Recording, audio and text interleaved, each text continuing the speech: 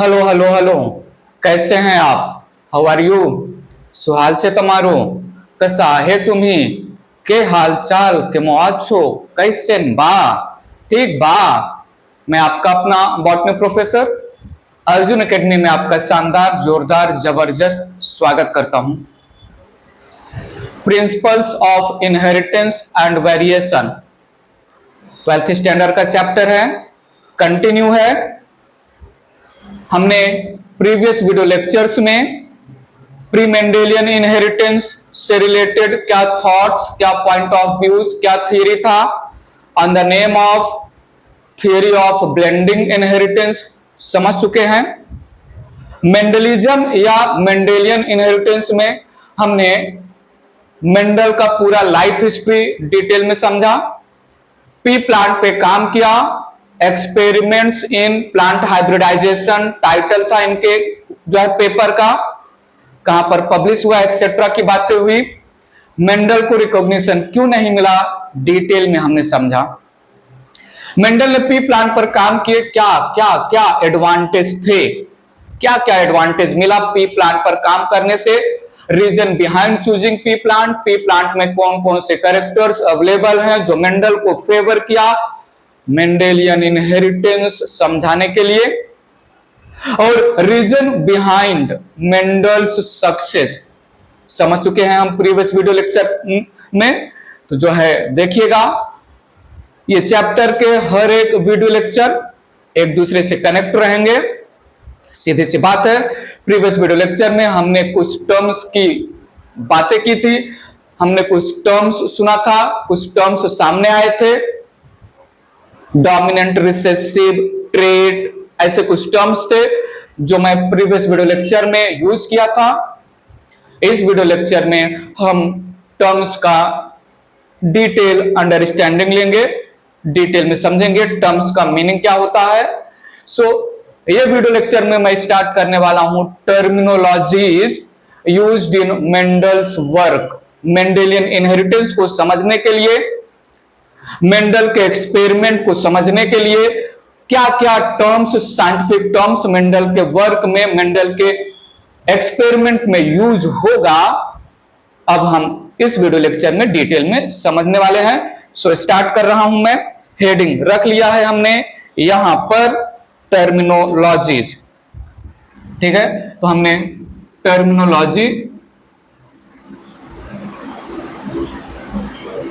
Terminology समझिएगा detail में please.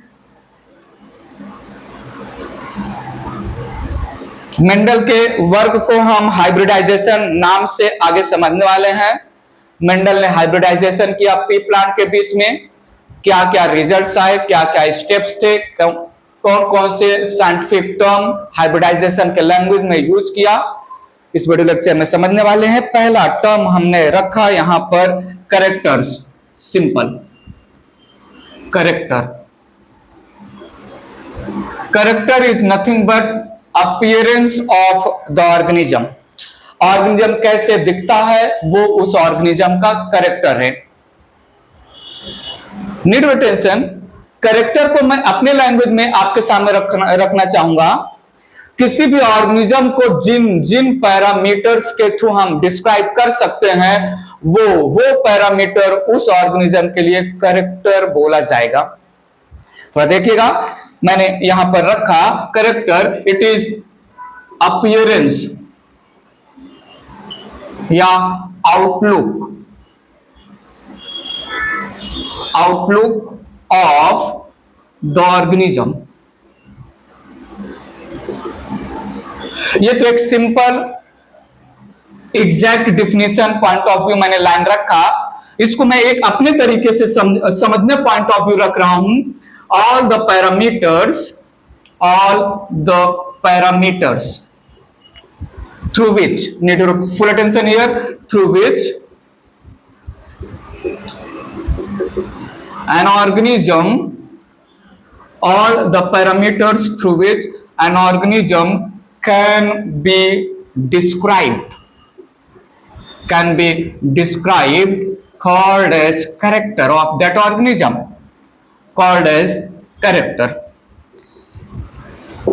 ठीक है, समझिएगा please, all the parameters called as characters. Organism को डिफाइन करने के लिए, ऑर्गेनिज्म को डिस्क्राइब करने के लिए हम जो जो टर्म्स, जो जो वर्ड्स यूज करेंगे, जिन जिन पैरामीटर के थ्रू हम गिवन ऑर्गेनिज्म के बारे में नॉलेज गेन करेंगे, वो पैरामीटर उस ऑर्गेनिज्म के लिए है कैरेक्टर। पी प्लांट के लैंग्वेज में आगे आने वाला है, हम अच्छे से समझेंगे। जैसे पी प्लांट को अगर हमें डिस्क्राइब करना है, समझिएगा प्लीज, पी प्लांट को डिस्क्राइब करना है तो हम पी प्लांट का हाइट के बारे में बात कर सकते हैं, हाइट को लेके डिस्क्रिप्शन दे सकते हैं। पी प्लांट में सीड का कलर, सीड का शेप, फ्लावर का कलर, फ्लावर का पोजीशन, फ्रूट का कलर, फ्रूट का शेप। तो ये height, seed colour, seed shape, flower colour, flower position, fruit colour, fruit colour और फ्रूट शेप, ये सब जो पैरामीटर के थ्रू मैं अंडरस्टैंड करूंगा, समझूंगा पी प्लांट के बारे में, इन्हीं पैरामीटर्स को मैंने बोला कैरेक्टर है पी प्लांट का। ठीक है, जैसे एनिमल्स के लैंग्वेज में या ह्यूमन के लैंग्वेज में, ह्यूमन को अगर हमें डिस्क्राइब करना है तो हम ह्यूमन को डिस्क्राइब करने के लिए क्या क्या पैरामीटर यूज कर सकते हैं? स्किन कलर कैसा है, हेयर का टाइप या हेयर पैटर्न कैसा है, आई कलर कैसा है, ईयर लोब कैसा है, एक्सेट्रा। और समझिएगा, ठीक है। प्लांट के लैंग्वेज में जैसे लीफ के बारे में अगर हमें डिस्क्रिप्शन देना है तो लीफ का वेनेशन, लीफ वेनेशन कैसा है, तो लीफ वेनेशन कैरेक्टर है प्लांट के लैंग्वेज में। ठीक है ना। हेयर का कलर जो है, जैसे रैबिट एग्जांपल ले ले तो रैबिट्स में जो है हेयर का कलर कैसा है। जैसे मैं एक एग्जांपल लूं, फ्रूट फ्लाई, फ्रूट फ्लाई को हमें एक्सप्लेन करना है तो फ्रूट फ्लाई को जिन जिन पैरामीटर के थ्रू मैं एक्सप्लेन करूंगा, लाइक फ्रूट फ्लाई का आई कलर कैसा है, बॉडी कलर कैसा है, विंग का शेप कैसा है, तो ये जो पैरामीटर यूज कर रहा हूं मैं एक्सप्लेन करने के लिए, डिस्क्राइब करने के लिए ऑर्गेनिज्म को, इसी को मैं बोल रहा हूं character of the organism, simple appearance of the organism. यहां पर हमने जो है जैसे एग्जांपल ले लिया पैरामीटर्स में, जैसे स्टेम का हाइट, पी प्लांट के लैंग्वेज में हम बात करेंगे फ्रूट कलर, सीड कलर, ठीक है, seed shape, then flower position. ये सब सिंपल पैरामीटर है, बाहर से दिख रहे हैं। ठीक है, तो हम किसी भी ऑर्गेनिज्म को डिस्क्राइब करने के लिए जो भी चीज यूज कर रहे हैं, जो भी टर्म्स यूज कर रहे हैं, वो सिंपल उस ऑर्गेनिज्म का हो गया कैरेक्टर, अपीयरेंस या आउटलुक। क्लियर है। इस कैरेक्टर में जो भी बातें किया, मेंशन किया, बोला मैं, आगे जाके कहीं ना कहीं कनेक्ट होगा फिनोटाइप टर्म्स के लैंग्वेज में, और भी बातें होंगी। वेल, बात आगे बढ़ा रहे हैं। कैरेक्टर के बाद हमने नेक्स्ट टर्म लिया ट्रेट। कैरेक्टर्स के बाद हमने नेक्स्ट टर्म लिया ट्रेट। कैरेक्टर को ही मैंने और इंटरनली जाके समझा तो जो कैरेक्टर एक जनरेशन से दूसरे जनरेशन में इनहेरिट हो रहा है और उसके जितने भी डिस्टिंग्विशेबल या डिटेक्टेबल फॉर्म्स हैं, वो होगा ट्रेट। स्किन कलर पेरेंट से प्रोजेनी में जा रहा है, आई कलर पेरेंट से प्रोजेनी में जा रहा है, हेयर पैटर्न पेरेंट से प्रोजेनी में जा रहा है, फ्लावर का कलर पेरेंट से प्रोजेनी में इनहेरिट हुआ, बॉडी कलर ड्रोसोफिला में पेरेंट से प्रोजेनी में गया, विंग का शेप ड्रोसोफिला में पेरेंट से प्रोजेनी में गया, और ये जितने भी कैरेक्टर हैं इसके detectable variation, inheritable character and detectable variants called as trait. Skin colour fair या ब्लैक, फ्लावर कलर वायलेट या व्हाइट, सीड कलर येलो या ग्रीन, हेयर पैटर्न स्ट्रेट या कर्ली, आई कलर ब्लू या ब्लैक, ये सब character inherit हो रहे हैं और पर्टिकुलर कैरेक्टर के डिफरेंट फॉर्म्स हैं, इन्हीं को हम बोलते हैं ट्रेट। तो मैंने यहां पर डिफाइन किया ट्रेट को, काइंडली समझिएगा। Inheritable characters and their detectable variants called trait। Blood group ये कैरेक्टर है ह्यूमन के लैंग्वेज में, और इस ब्लड ग्रुप के जितने भी डिटेक्टेबल वेरिएंट्स हैं, blood group A, blood group B etcetera, ये हो जाएंगे ट्रेट। बात समझिएगा। तो यहां पर मैं मेंशन करना चाहूंगा, जैसे मैंने लिया कैरेक्टर, अब कैरेक्टर इनहेरिट हो रहा है तो उस इनहेरिटेबल कैरेक्टर और उसके जितने भी डिटेक्टेबल वेरिएंट्स हैं उनको हम बोल रहे हैं ट्रेट। तो प्लीज समझिएगा, थोड़ा बहुत जो है सिनोनिम कर रहा है, मिलता जुलता टर्म है कैरेक्टर और ट्रेट। इवन ये आगे जाके एक दूसरे के लिए यूज भी होने वाले हैं। तो मैंने बोला स्टेम हाइट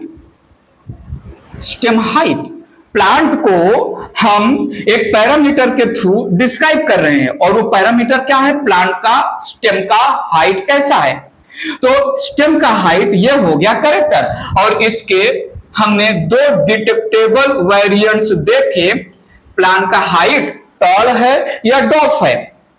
टॉलनेस और डॉफनेस ये स्टेम हाइट के, ये जो स्टेम हाइट के डिटेक्टेबल वेरिएंट्स हैं और इनहेरिट होते हैं generation to generation. Parent tallness या डॉफनेस अपने प्रोजेनी को, वो प्रोजेनी अपना टॉलनेस या डॉफनेस उसके प्रोजेनी को, वो प्रोजेनी इनहेरिट हो रहा है टॉलनेस और डॉफनेस, तो होगा, ये बोला जाएगा ये ट्रेट। जैसे मैं यहां पर बोलूं, प्लांट को मैं डिस्क्राइब कर रहा हूं अपीयरेंस के बेसिस पर फ्लावर कलर, तो फ्लावर कलर एक पैरामीटर है जिस बेसिस पर मैं प्लांट को डिस्क्राइब कर रहा हूं। तो फ्लावर कलर प्लांट का कैरेक्टर हुआ, और इसके इनहेरिटेबल फॉर्म और डिटेक्टेबल वेरिएंट्स वायलेट या व्हाइट। व्हाइट कलर कैरी कर रहा प्लांट व्हाइट फ्लावर कलर को नेक्स्ट जनरेशन में पास किया, जो प्रोजेनी बना उसके पास भी व्हाइट कलर के फ्लावर है। वायलेट फ्लावर जिस पेरेंट प्लांट के पास है वो वायलेट कलर के फ्लावर का कैरेक्टर नेक्स्ट जनरेशन में ट्रांसफर किया, इनहेरिटेबल कैरेक्टर, तो वायलेट हो गया ट्रेट। सो इनहेरिटेबल कैरेक्टर और उसके जितने भी डिटेक्टेबल फॉर्म हैं, जैसे एक सिंपल सा आउट ऑफ बॉक्स ईयरलोब मैं ले लूं, ईयरलोब फ्री ईयरलोब है या अटैच्ड ईयरलोब है। तो फ्री ईयरलोब और अटैच्ड ईयरलोब ये है ट्रेट्स जो पेरेंट से प्रोजेनी में पास होंगे। पेरेंट का ईयरलोब फ्री है, प्रोजेनी का भी ईयरलोब फ्री है, पेरेंट के पास ईयरलोब, बात समझिएगा, ठीक है।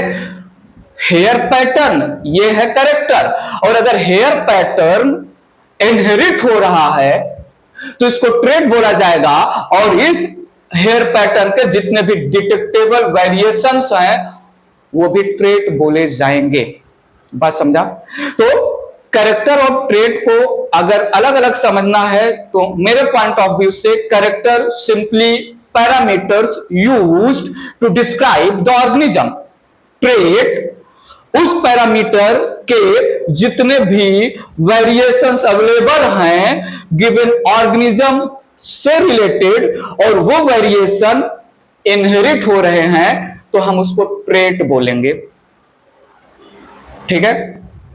ट्रेट और हेरिडिटी भी जो है एक टाइप से जुड़ सकते हैं। ट्रेट क्या है? कैरेक्टर जो एक जनरेशन से दूसरे जनरेशन में पास हो रहा है, और इसी pattern of passing of traits from generation to generation हम बोल सकते हैं कि इस पर्टिकुलर फैमिली में ये पर्टिकुलर ट्रेट हेरिडिटरी है।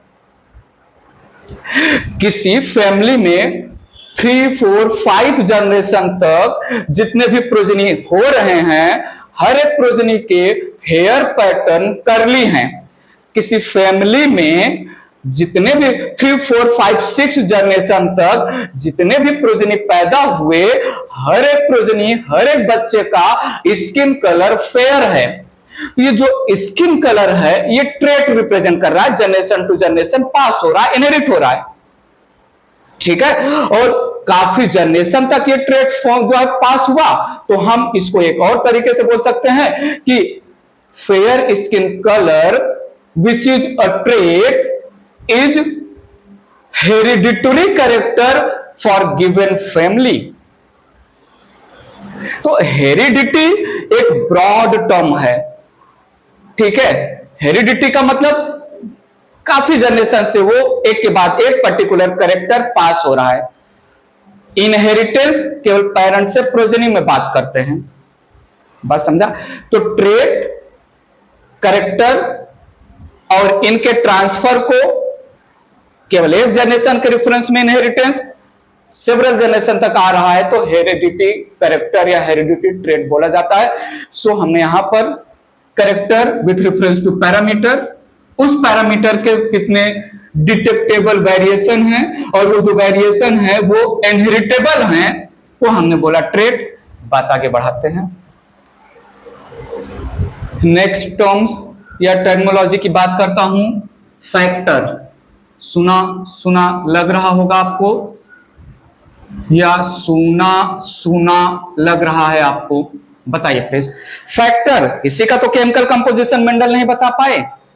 फैक्टर टर्म तो यूज किया, मेंडल के रिकॉग्निशन ना मिलने के पीछे का एक रीजन तो फैक्टर भी था ना। मेंडल ने बोला समथिंग पार्टिकल लाइक चीज होता है इन द पेरेंट, जो कैरेक्टर को एक्सप्रेस करता है, कैरेक्टर को इनहेरिट करता है, पास ऑन करता है, दैट समथिंग को उन्होंने नाम दिया फैक्टर। लेकिन इसी फैक्टर का वो फिजिकल प्रूफ, केमिकल कंपोजिशन नहीं बता पाए थे। फैक्टर को हमने डिफाइन किया, the factor term given by Mendel. थोड़ा सुनिएगा, बात आगे रख रहा हूं। According to Mendel something particle like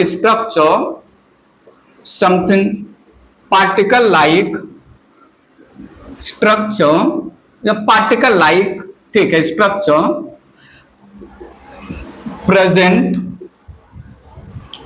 present in organism, simple organism लिखें, present in organism that express and control the character of the organism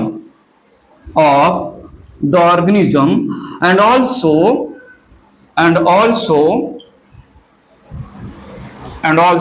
involved in inheritance of character। मैंने बोला था सिनोनिमसली यूज हो सकता है कैरेक्टर या trait from parent to offsprings, from one generation to next generation. कुछ तो है पेरेंट ऑर्गेनिज्म में या सिंपली ऑर्गेनिज्म के बॉडी में, कुछ तो है। ये जो कुछ तो है, ये ऑर्गेनिज्म के कैरेक्टर को एक्सप्रेस करता है, कंट्रोल करता है। कोई कैरेक्टर कब, क्यों, कैसे, कहां, कितना एक्सप्रेस होना चाहिए, इसको जो कंट्रोल कर रहा है और जो एक्सप्रेस करवा रहा है, वो समथिंग को फैक्टर नाम दिया। और यही समथिंग पेरेंट के कैरेक्टर को प्रोजनी में इनहेरिट करने के लिए भी रिस्पॉन्सिबल है। तो factor is something according to Mendel Mendel को नहीं पता था कि समथिंग को एग्जैक्टली कैसे डिस्क्राइब किया जाए, इसलिए उन्होंने सुपरफिशियल वर्ड यूज किया। Factor is something particle like structure जो कैरेक्टर एक्सप्रेस करता है, कैरेक्टर को कंट्रोल करता है, कैरेक्टर को इनहेरिट करता है। तो क्या मैं फैक्टर को यूनिट ऑफ इनहेरिटेंस बोल सकता हूं मेंडल के लैंग्वेज में? तो सुनिएगा, from parent to offspring called as factor, that something called as factor. तो सुनिएगा, आगे मैंने बोला factor is unit of inheritance, factor is unit of inheritance, ठीक है। लेकिन आज हमें पता है, अब हमें पता चल गया, मेंडल के जमाने में मेंडल को नहीं पता था कि वो समथिंग एग्जैक्टली क्या है, इसलिए उस समथिंग को, कौन से समथिंग को, जो कैरेक्टर कंट्रोल कर रहा है, एक्सप्रेस कर रहा है, इनहेरिट कर रहा है, फैक्टर नाम दिया। हमें पता है ये फैक्टर कुछ और नहीं जीन है, जीन कुछ और नहीं पार्ट या सेगमेंट ऑफ डीएनए है, डीएनए कुछ और नहीं जेनेटिक मटेरियल है जो कि क्रोमैटिन थ्रेड या क्रोमोसोम के फॉर्म में यूकैरियोटिक सेल के न्यूक्लियस में प्रेजेंट होता है। हम cell the basic unit of life वाले चैप्टर में 11th स्टैंडर्ड में न्यूक्लियस वाले हेडिंग में डिटेल में समझ चुके हैं, क्रोमोसोम एक्सेट्रा। हमने माइटोसिस मियोसिस वाले चैप्टर में भी समझा था DNA, chromosome etcetera. Next chapter हम मॉलिक्यूलर बेसिस ऑफ इनहेरिटेंस समझेंगे। तो जो ये फैक्टर है जिसको हमने बेसिस ऑफ इनहेरिटेंस या यूनिट ऑफ इनहेरिटेंस बोला, नेक्स्ट चैप्टर में केमिकली बहुत ज्यादा डिटेल में समझने वाले हैं। जैसा कि मैंने फ्लो में बोल डाला कि अब हमें पता है कि वो समथिंग फैक्टर नहीं जीन है, तो लगे हाथ, थोड़ा सुनिएगा, बात रख रहा हूं मैं आगे। लेटर ऑन in 1906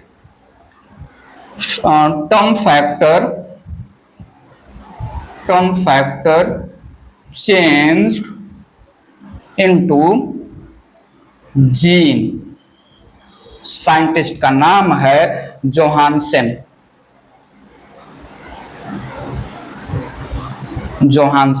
ठीक है।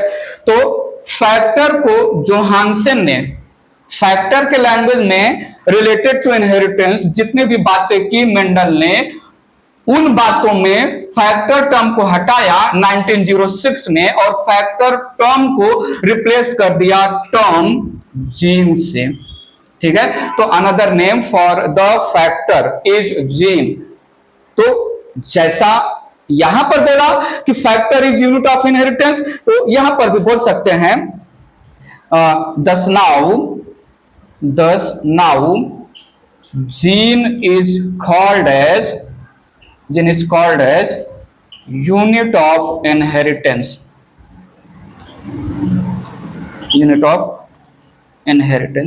बहुत सारी बातें होंगी जीन से रिलेटेड आगे मेंडल के एक्सपेरिमेंट के लैंग्वेज में, ठीक है। डीएनए में और भी अच्छे से बातें होंगी, थोड़ा सा हाईलाइट कर रहा हूं, 1 2 3 4 कुछ और एक्स्ट्रा पॉइंट ले रहा हूं, इरेज करता हूं इसको। सुनिएगा, मैंने कुछ बोला, मैंने थोड़ा कुछ बोला, मैंने बहुत कुछ बोला related to gene is segment of DNA. Gene is segment of DNA that express characters, सुनिएगा, responsible for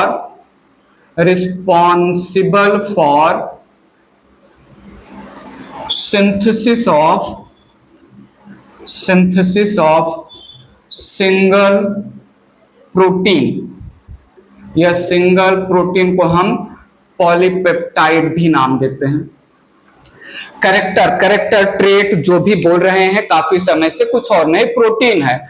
स्किन कलर किसी प्रोटीन की वजह से होगा, फ्लावर कलर किसी प्रोटीन, पिगमेंट या प्रोटीन की वजह से होगा, सीड का शेप, फ्लावर का, everything it is basically because of protein, ठीक है। तो प्रोटीन को सिंथेसाइज करने में, प्रोटीन को एक्सप्रेस या प्रोड्यूस करने का जिसके पास कंट्रोल है वो है जीन। सुनिएगा सुनिएगा, मैंने यहां पर बोला ई है एक डीएनए, ये है एक डबल स्ट्रैंड डीएनए। ऐसा कुछ स्ट्रक्चर आपने देखा होगा, DNA helically coiled double strand structure होता है, पहले नहीं देखा होगा तो थोड़ा वेट करिए, थोड़ा ज्यादा वेट करिए, नेक्स्ट चैप्टर में आएगा।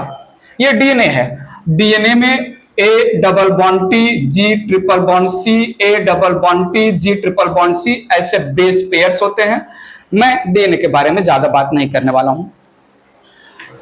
डीएनए का एक सेगमेंट, वो छोटा, थोड़ा बड़ा, थोड़ा बड़ा, थोड़ा बड़ा, कितना भी हो सकता है।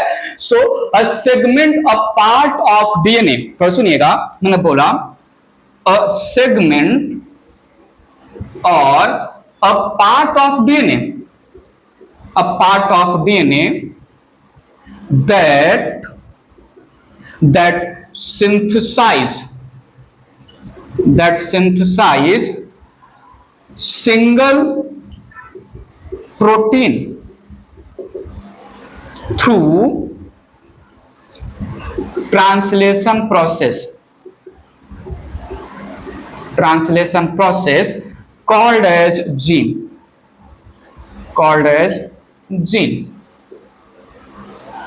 ये कोई लेंथ ऑफ डीएनए है, इस लेंथ ऑफ डीएनए में ये एक सेगमेंट ऑफ डीएनए है। ये इतना सेगमेंट ऑफ डीएनए की वजह से मिलानिन प्रोटीन का सिंथेसिस हो रहा है। ठीक है, एक प्रोटीन, एक मिलानिन प्रोटीन का सिंथेसिस हो रहा है। इस पर्टिकुलर सेगमेंट ऑफ डीएनए की वजह से एक प्रोटीन जो कि एंजाइम है, एटीपी सिंथेटेज एंजाइम का सिंथेसिस हो रहा है। ये इतना segment of DNA, it is responsible for एक जो है, मैं बोलूं एंथोसाइनिन, एक टाइप का पिगमेंट है।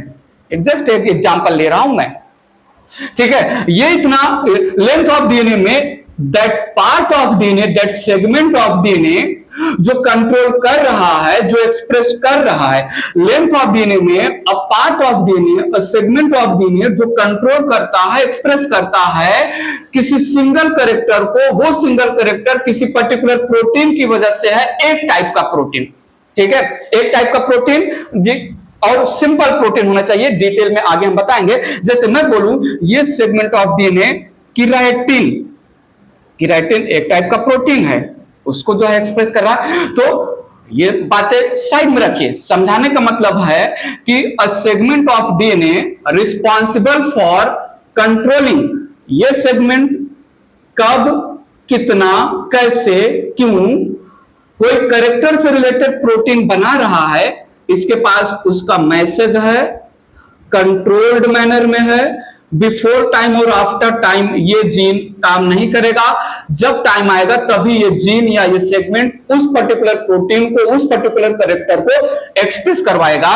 और ये जीन जो कि पार्ट ऑफ डीएनए है, कैरेक्टर को भी पास करता है पेरेंट से प्रोजेनी में in the form of gametes. तो ये जीन या ये डीएनए गैमेट्स में प्रेजेंट होंगे, गैमेट फ्यूज करेंगे, मेल और फीमेल गैमेट, प्रोजेनी बनेगा। तो मेल के कैरेक्टर, मेल पेरेंट के कैरेक्टर मेल गैमेट में डीएनए में जीन के पास है, फीमेल पेरेंट का कैरेक्टर फीमेल गैमेट के डीएनए में जीन के पास है। तो जीन क्या है? डीएनए तो एक बहुत लंबा स्ट्रैंड है, उसका सेगमेंट, उसका छोटा सा पार्ट जो एक कैरेक्टर के लिए रिस्पॉन्सिबल है, उस छोटे से पार्ट को हम, बात समझिएगा, टॉल कैरेक्टर पी प्लांट में जिस सेगमेंट ऑफ डीएनए की वजह से हो रहा होगा, एक्सप्रेस हो रहा होगा, that segment of DNA responsible for expressing, bringing the tallness that is called gene. Dwarfness in the pea plant, जिस particular segment of total length of DNA में जिस पर्टिकुलर सेगमेंट से डॉफनेस, समझिएगा, पी प्लांट में violet flower colour DNA के जिस particular segment की वजह से बन रहा होगा वो पर्टिकुलर, तो all the character is because of the gene. हम बातें करेंगे बातें करेंगे कैसे नेक्स्ट चैप्टर में। ऐसे कि डीएनए से बनता है मैसेंजर आरएनए, मैसेंजर आरएनए से बनता है प्रोटीन या पॉलीपेप्टाइड। तो एक पॉलीपेप्टाइड जो बना रहा है पार्ट ऑफ डीएनए, डीएनए को हम बोल सकते हैं डीएनए कैरेक्टर को कंट्रोल एक्सप्रेस करता है। डीएनए हेरिडिटी यूनिट है, तो क्रोमोजोम, उससे छोटा क्रोमैटिन, उससे भी छोटे लैंग्वेज में डीएनए, और डीएनए से भी छोटे लैंग्वेज में जीन। इन सब को हम हेरिडिटी से जो है रिलेट करते हैं। डीएनए से डीएनए बनना रेप्लिकेशन, डीएनए से मैसेंजर आरएनए बनना ट्रांसक्रिप्शन, देन मैसेंजर आरएनए का होगा प्रोसेस ट्रांसलेशन, बनेगा प्रोटीन। बहुत सारी बातें होंगी, शॉर्ट में समझिए। Segment of DNA, segment of DNA, part of DNA that synthesizes single protein या single polypeptide through translation process called gene. Gene control and express the character या trait of organism. ठीक है, gene control and express character or trait of the organism. ज्यादा दिमाग मत लगाइए, बस जो यहां पर मैंने डिस्क्राइब कर दिया इतना ही समझिए, आगे आएगा नेक्स्ट चैप्टर में हम डिटेल में बातें करेंगे ट्रेट ऑफ द ऑर्गेनिज्म। ठीक है, कंट्रोल इसलिए बोल रहा हूं क्योंकि पैदा होते ही प्रोजेनी में ऑल द जीन्स अवेलेबल होते हैं, लेकिन कुछ जीन स्पेसिफिक टाइम पर ही अपने आप को एक्सप्रेस करते हैं। बिफोर टाइम कंट्रोल रहेगा कैरेक्टर। बात आगे बढ़ा रहा हूं, सुनिएगा, बहुत इंपॉर्टेंट पॉइंट है। Mendel used alphabetical symbols to represent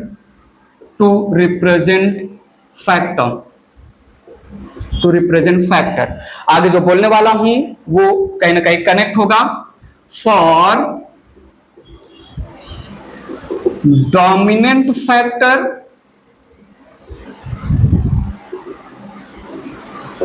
capital letter is used, the capital alphabet is used.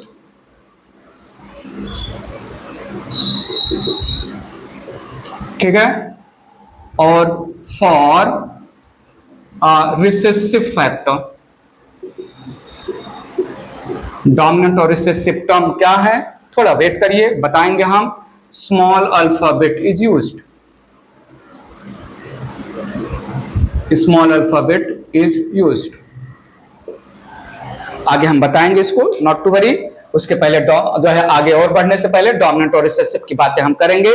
Well, gene से ही रिलेटेड एक और टर्म ले रहे हैं नेक्स्ट, अलील। अलील या एलील, जो भी प्रोनाउंसिएट करिए, एलील या अलील टर्म दे रहे हैं, तो सुनिएगा। इट इज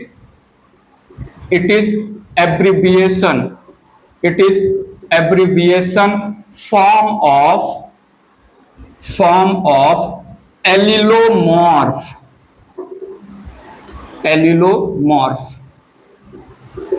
टर्म एलिलोमॉर्फ का शॉर्ट फॉर्म है अलील।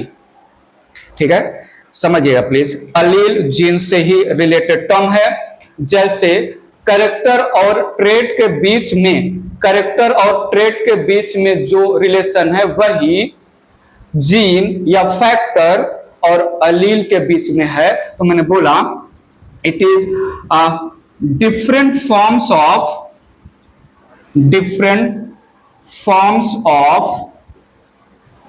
अ जीन और अ फैक्टर जीन दोनों सेम है। मेंडल के लिए फैक्टर, जोहानसन के लिए जीन। और सुनिएगा, फिर से मैं डिफाइन कर रहा हूं। Allele is alternative forms of a gene और a factor.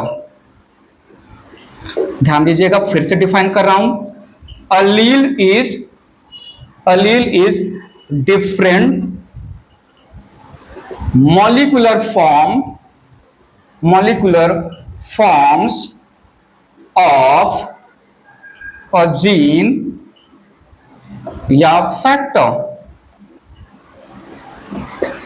Alternative form of a gene या different forms of a gene या different molecular forms of single gene को हम बोलेंगे अलील या एलील। थोड़ा सुनिएगा, यहां पर स्टार पॉइंट कर रहा हूं। Alleles formed due to mutation in a gene या in a factor. Sudden change in the gene या फैक्टर उस जीन या फैक्टर के बहुत सारे मॉलिक्यूलर फॉर्म्स बनाता है। एक जीन के म्यूटेशन से, बार बार म्यूटेशन से अलग अलग फॉर्म ऑफ सेम जीन जो बनते हैं, उन्हीं डिफरेंट फॉर्म्स ऑफ जीन को हम नाम दे रहे हैं अलील या एलील। अलील मेरा प्रोनाउंसिएशन है, ठीक है, कोई बात नहीं, ठीक है, समझाते हैं इसको इरेज करके। बात समझिएगा। मैंने एक और पॉइंट यहां पर मुझे मेंशन करना है। अलील्स आर डिफरेंट, अलील्स और are different molecular forms of same gene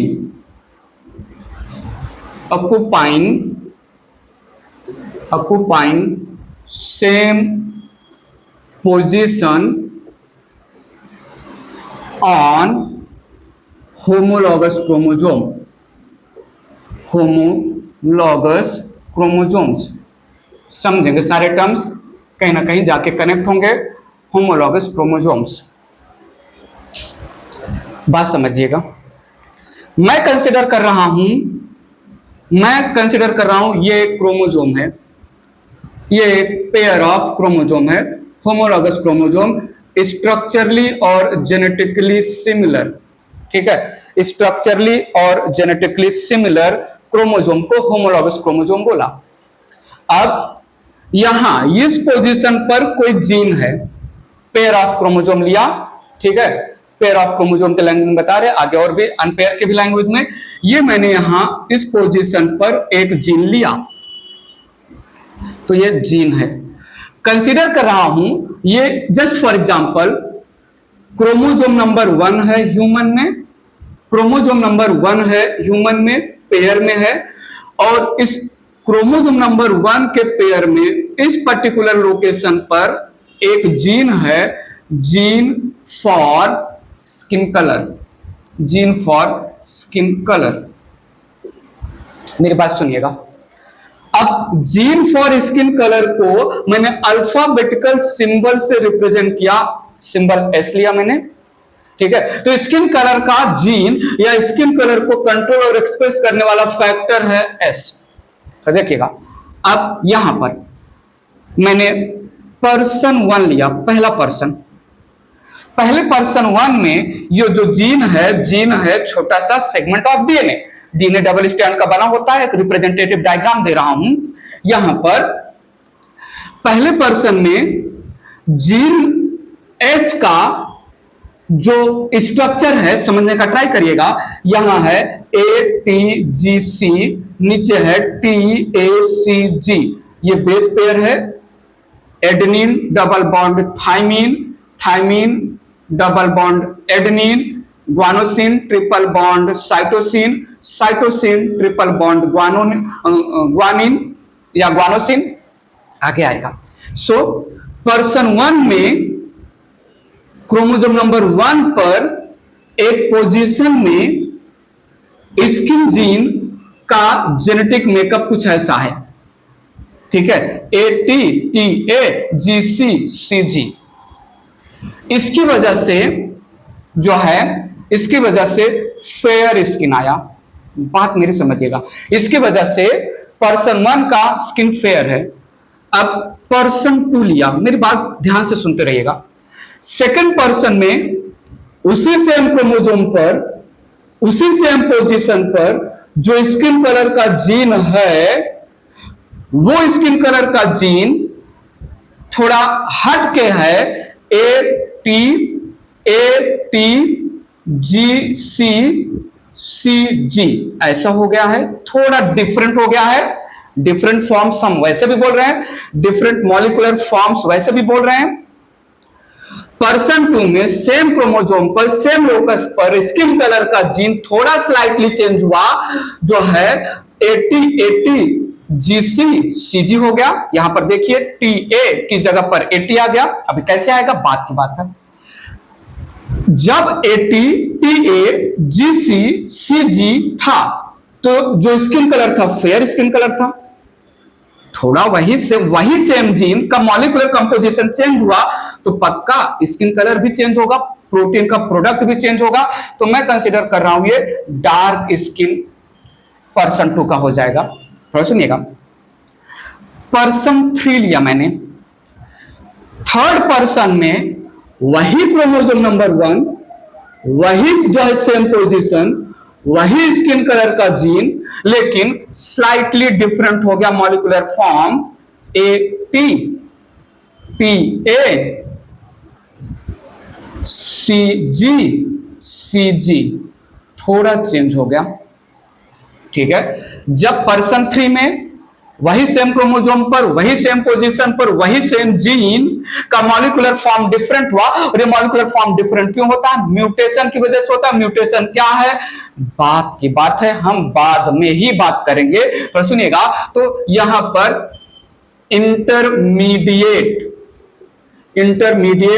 skin colour आ गया पर्सन 3 का। पर्सन 4 की बात करें तो पर्सन 4 में वही सेम क्रोमोसोम, वही सेम पोजीशन पर प्रेजेंट जीन का जो केमिकल कंपोजिशन था म्यूटेशन की वजह से चेंज हो गया। 80 TA GC ऐसा है उसके पास केमिकल कंपोजिशन, और इसकी वजह से जो है वेरी डार्क स्किन कलर आ रहा है। जीन एस या फैक्टर एस जो रिस्पॉन्सिबल है स्किन कलर के लिए, पर्सन 1 में एक मॉलिक्यूलर फॉर्म है, पर्सन 2 में दूसरा अल्टरनेटिव फॉर्म है, उसी सेम जीन का different molecular form alternative form है, पर्सन 3 में अलग पर्सन। तो क्या हम इसके लिए अलग अलग सिंबल्स भी यूज करेंगे? मैंने बोला पर्सन 1 में जो स्किन कलर का जीन है उसको मैं S1 मान रहा हूं। पर्सन 2 में जो है स्किन कलर का S जीन थोड़ा बदल गया तो हमें सिंबल भी थोड़ा हट के देना होगा। पर्सन 3 में फिर से बदल गया, S3 ले लिया। पर्सन 4 में स्किन कलर का, तो एक जीन के S1 S2 S3 S4 gene S के alternative forms, different molecular forms जो बने ड्यू टू म्यूटेशन को हम अलील बोल रहे हैं। तो अलील है क्या? एक ही जीन के different alternative different molecular forms. तो ये यहां पर S1 S2 S3 and S4 are alleles of gene S। Hello hello hello, समझ में आ रहा है कि नहीं बताइए? पक्का? ठीक है, तो अलील थोड़ा यहीं पर हम मेंशन कर दें, इन हैप्लॉइड ऑर्गेनिज्म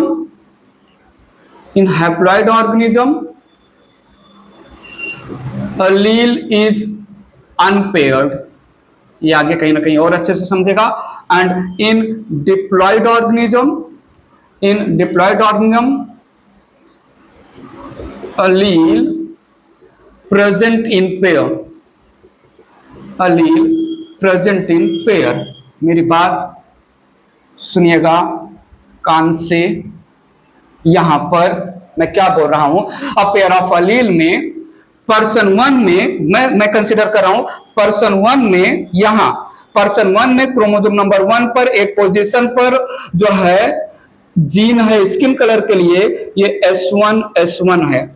यहां पर ये S2 है, पेयर में होते हैं। यहां पर ये S3 है, और यहां पर पोजीशन पर S4 है। So alternative form of a gene, different molecular form of a gene occupying the same position on chromosome in different organism या in different individual, not organism, in different individual. अलग अलग individual के same chromosome पर same position पर different molecular form of same gene called as, उस gene के alleles. Alleles pair में होते हैं डिप्लॉयड ऑर्गेनिज्म के लिए। पेयर की स्टोरी आगे हम डिटेल में करने वाले हैं। अलील समझा? एलिलोमॉर्फ का शॉर्ट फॉर्म, जैसे और आगे इरेज करके समझाएंगे, और आगे थोड़ा थोड़ा और आगे बढ़ते हैं। बात आगे रख रहा हूं, थोड़ा सुनिएगा। जैसे मैंने एक एग्जांपल लिया ब्लड ग्रुप, ध्यान से सुनिएगा प्लीज। ब्लड ग्रुप एक कैरेक्टर है, ठीक है। अब ये कैरेक्टर कंट्रोल और एक्सप्रेस हो रहा है एक फैक्टर या एक जीन के थ्रू, और इस जीन को हम अल्फाबेटिकल सिंबल से रिप्रेजेंट कर रहे हैं I.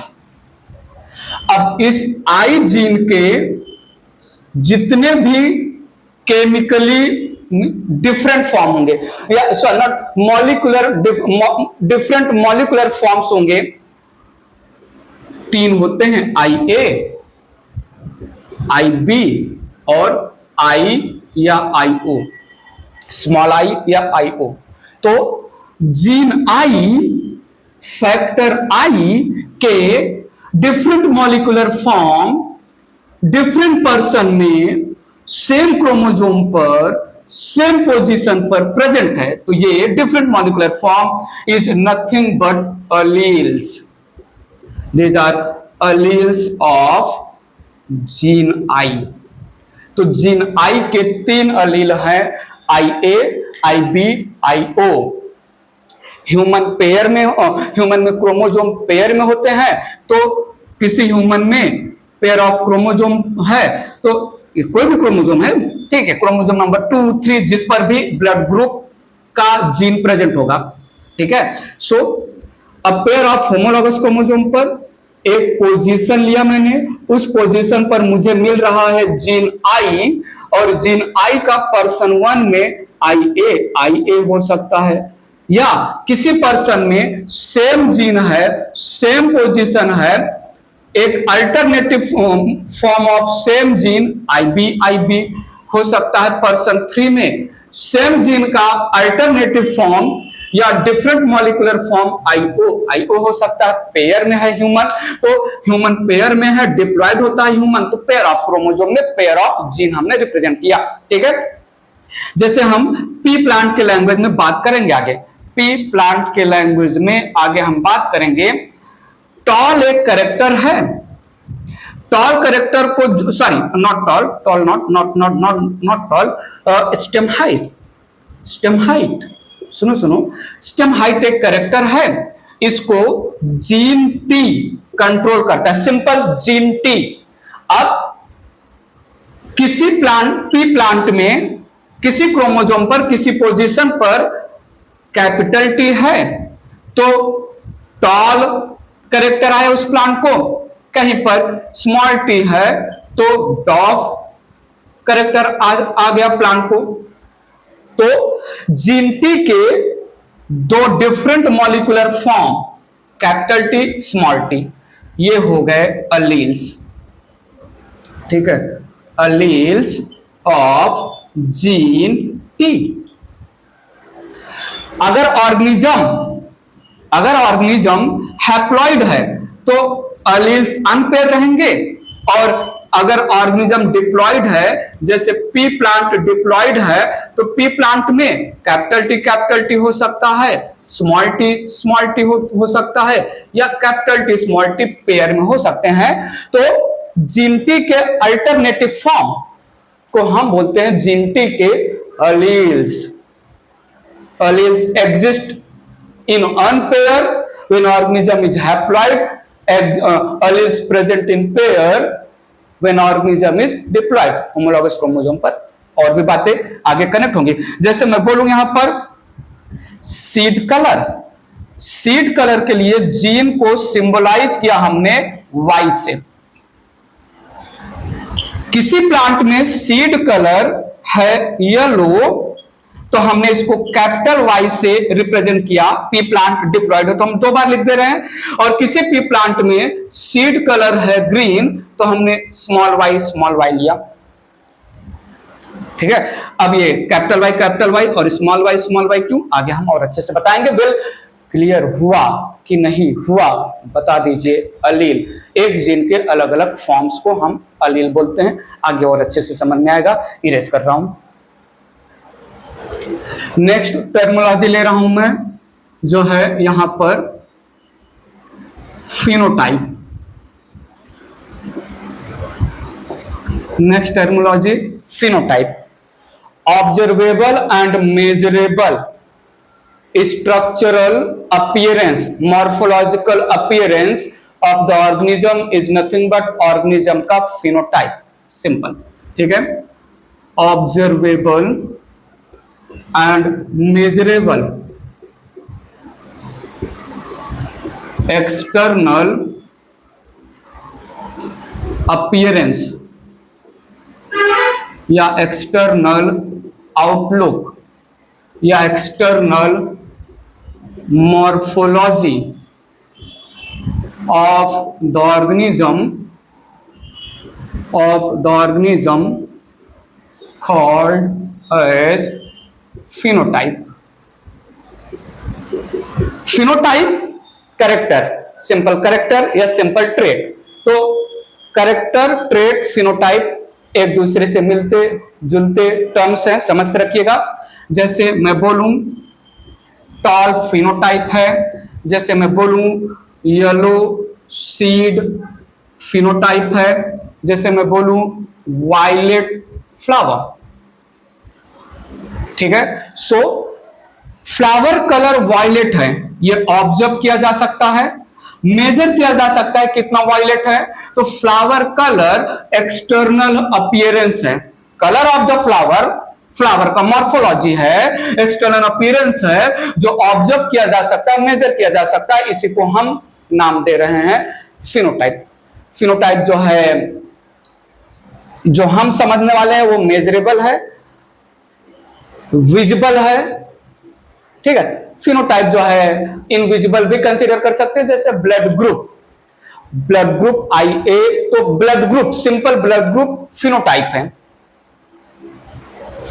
A blood group, B blood group, AB blood group, O blood group phenotype है, बट ये फिनोटाइप दिखेगा नहीं हमें। ठीक है, तो हमें उस लैंग्वेज में बात नहीं करना, सिंपल बस इतना ही बोल के समझ के हटना है। आगे लेते हैं जीनोटाइप। जीनोटाइप है फिनोटाइप का जीन लेवल पर रिप्रेजेंटेशन। तो मैंने लिखा यहां पर genotype is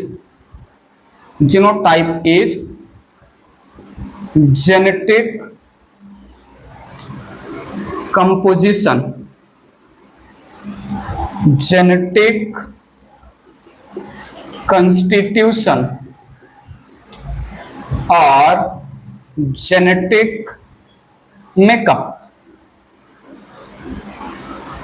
of phenotype. Factor के लैंग्वेज में, जीन के लैंग्वेज में किसी पर्टिकुलर फिनोटाइप को रिप्रेजेंट करना, उस पर्टिकुलर फिनोटाइप के लिए बोला जाएगा उस पर्टिकुलर फिनोटाइप का जीनोटाइप। बात समझिएगा। जैसे मैं बोलूं टॉल, ये है फिनोटाइप, और मैं बोलूं कैपिटल टी है यह है फिनोटाइप, सॉरी जीनोटाइप, समझा। जैसे मैं बोलूं जो है एक्सियल फ्लावर पोजीशन, तो फ्लावर पोजीशन एक्सियल है, यह है फिनोटाइप। और मैं बोलूं जेनेटिक कंपोजिशन, जीन के लेवल पर एक्सप्रेस करना, इज नथिंग बट फिनोटाइप। ठीक है, तो जीनोटाइप ये हो गया external appearance, external morphology phenotype, और उसका genetic composition is nothing but genotype. ठीक है, तो टॉल को कौन से जीन एक्सप्रेस कर रहे हैं? टॉल कैरेक्टर को एक्सप्रेस करने के लिए कौन सा जेनेटिक कंपोजिशन या जेनेटिक कंस्टिट्यूएंट या जेनेटिक मेकअप रिस्पॉन्सिबल है प्लांट में, वो टॉल फिनोटाइप के लिए उसका जीनोटाइप होगा। बात समझिएगा, क्लियर है यहां पर? ठीक है, मैं बोलूं ब्लड ग्रुप ए है फिनोटाइप और इसका जेनेटिक कंपोजिशन जो जीन इसके लिए रिस्पॉन्सिबल है IA पेयर में मेंशन कर रहा हूं, क्योंकि ह्यूमन में ब्लड ग्रुप प्रेजेंट होता है, ह्यूमन डिप्लॉयड है, तो ये हो जाएगा genotype of the phenotype blood group ए। ठीक है, तो फिनोटाइप जो मेजर कर सकते हैं हम, जो दिख रहा है अपीयरेंस मॉर्फोलॉजी, और उसको जिस जेनेटिक कंपोजिशन के थ्रू, जिस जीन के थ्रू हम रिप्रेजेंट कर रहे हैं, तो जीनोटाइप, अलील, फैक्टर, ये सब सिनोनिमसली यूज होते हैं। फिनोटाइप, ट्रेट, कैरेक्टर, ये सब अल्टरनेटिंग जो है एक दूसरे की जगह पर यूज होते रहेंगे। बहुत सारी बातें आगे भी क्लियर होंगी, इरेज कर रहा हूं। नेक्स्ट हम ले रहे हैं यहां पर डोमिनेंट कैरेक्टर या डोमिनेंट ट्रेट बोल दीजिए, या डोमिनेंट फिनोटाइप, कोई भी लैंग्वेज यूज कर सकते हैं। ठीक है, और ठीक है आगे भी मेंशन कर लेंगे। तो सुनिएगा, यहां पर डोमिनेंट कैरेक्टर या डोमिनेंट ट्रेट है क्या, नीड अटेंशन, इन या ऐसे बोले अ जीन और a factor, a gene or a factor that can express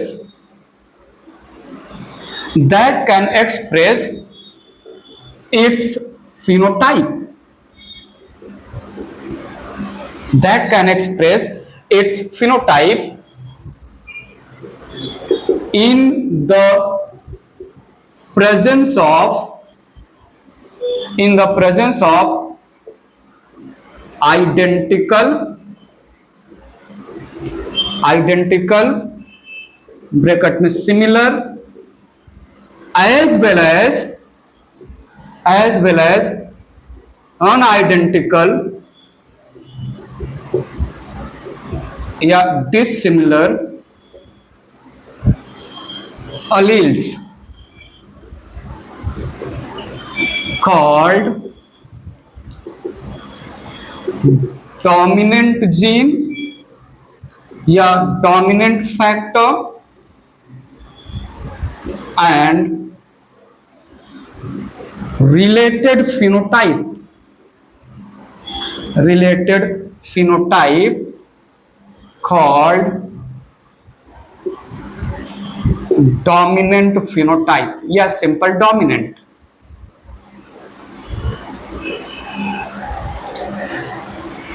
ऐसा जीन या बोले जीन या अलील का ऐसा पेयर, सिनोनिमसली यूज हो रहे हैं, कंफ्यूज मत होइएगा।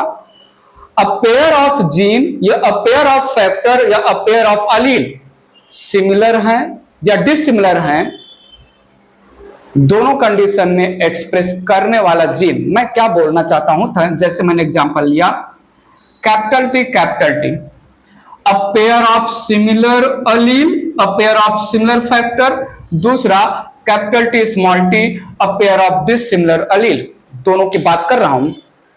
तो ये यहां पर है similar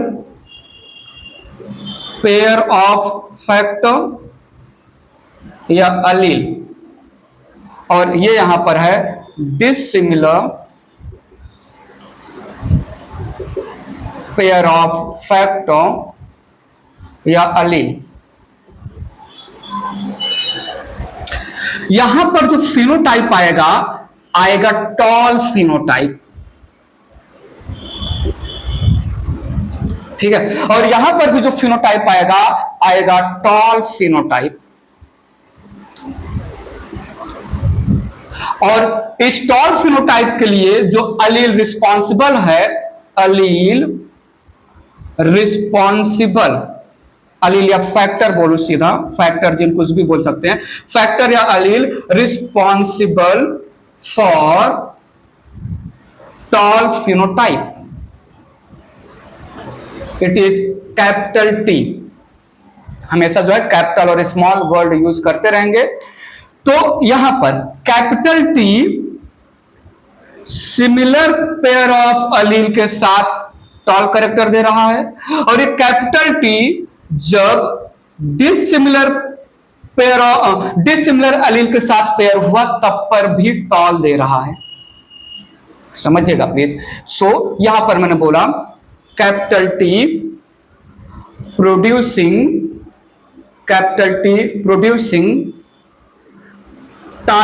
tallness in identical pair and even in dissimilar pair, capital T बोलना मस्ट है। तो हम कंक्लूड कर सकते हैं, यहां पर कंक्लूजन बना सकते हैं कि capital T is dominant factor या डोमिनेंट अलील, और कैपिटल टी रिस्पॉन्सिबल किसके लिए है, टॉल कैरेक्टर के लिए। सो एंड, तो यहां पर बोल सकते हैं and tall is dominant phenotype.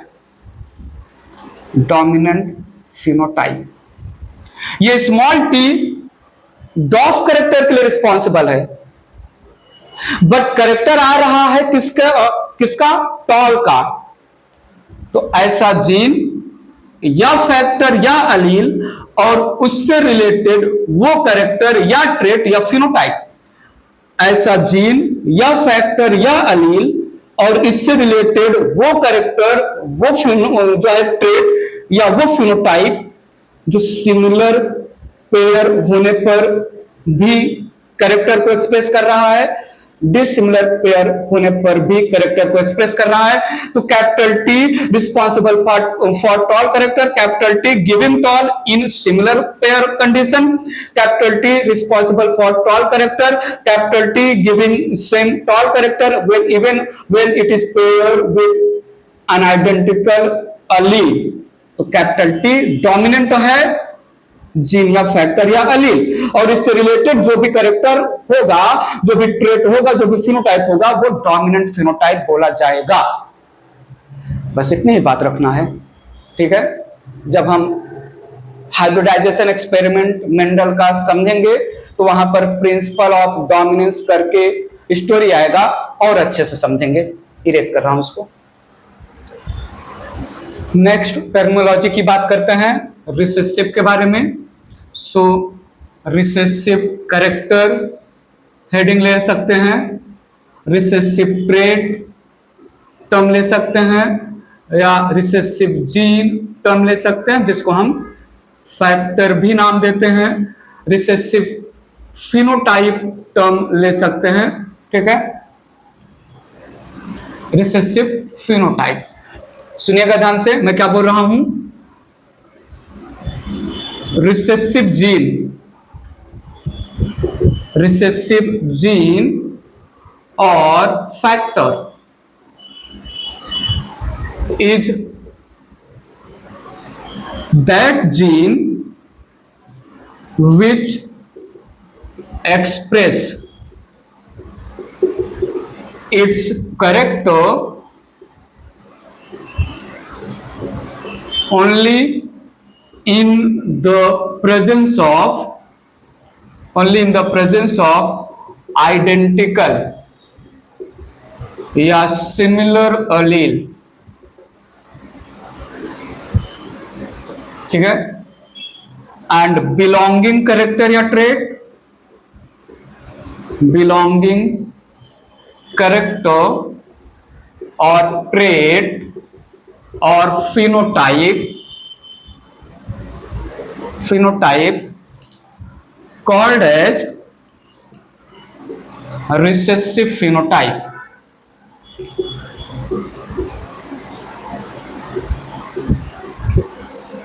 ऐसा जीन या ऐसा फैक्टर जो आइडेंटिकल अलील के प्रेजेंस में ही एक्सप्रेस होगा। सो जैसे हमने यहां पर नाम लिया स्मॉल टी, ध्यान दीजिएगा प्लीज।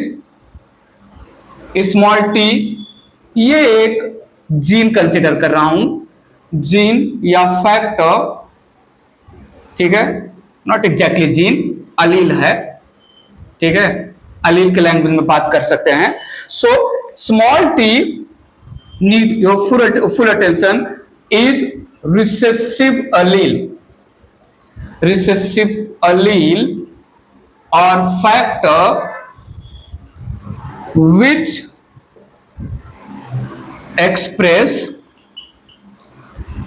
डॉफ ट्रेट या dwarf phenotype only in the presence of similar allele, ठीक है। रिसेसिव ट्रेट या नॉट ट्रेट, जीन के लैंग्वेज में, जीन से ही आगे हम कनेक्ट कर लेंगे ट्रेट, कैरेक्टर, फिनोटाइप को। तो सुनिएगा, रिसेसिव जीन और factor can not express it's trait और phenotype when paired with dissimilar allele, सो ऐसा फैक्टर या ऐसा जीन जो जब पेयर में होगा, आइडेंटिकल पेयर में होगा, तभी अपना फिनोटिपिक कैरेक्टर दिखाएगा, फिनोटाइप या ट्रेट एक्सप्रेस करेगा। अनआइडेंटिकल पेयर में वो एक्सप्रेस नहीं कर पाएगा खुद को। तो वो जीन जो सिमिलर अलील के साथ एक्सप्रेस कर रहा है, डिसिमिलर अलील के साथ एक्सप्रेस नहीं कर सकता, वो जीन, रिसेसिव जीन, वो फैक्टर, रिसेसिव फैक्टर और उससे बिलोंग कर रहा ट्रेट या फिनोटाइप, रिसेसिव ट्रेट या फिनोटाइप बोला जाएगा। सो स्मॉल टी ये रिसेसिव जीन जो है अलील हो गया या पेयर ऑफ फैक्टर हो गया, और इससे बिलोंग कर रहा character that is डॉफ, it represent recessive. इसके पहले डोमिनेंट से रिलेटेड हमने बात किया। डोमिनेंट जो है आइडेंटिकल और अनआइडेंटिकल दोनों के कंडीशन में एक्सप्रेस करता है, और ये रहा रिसेसिव कैरेक्टर, जीन, एवरीथिंग को एक ही जो है डिफिनेशन में हमने कंपाइल कर लिया। बात आगे बढ़ा रहे हैं। नेक्स्ट टर्मिनोलॉजी यहां पर रख रहा हूं मैं, होमोजाइगस टर्म लिया हमने।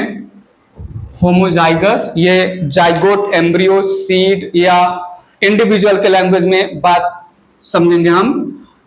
Homozygous when a zygote, need your attention, when a zygote has similar or identical pair of allele for given phenotype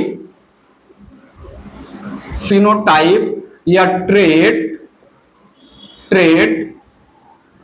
it is called homozygote and individual या प्लांट के लैंग्वेज में बात करें, plant that develops from this zygote called homozygous।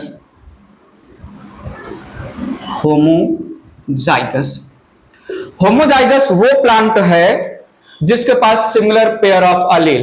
ये similar pair of अलील सिर्फ इतना ही important है।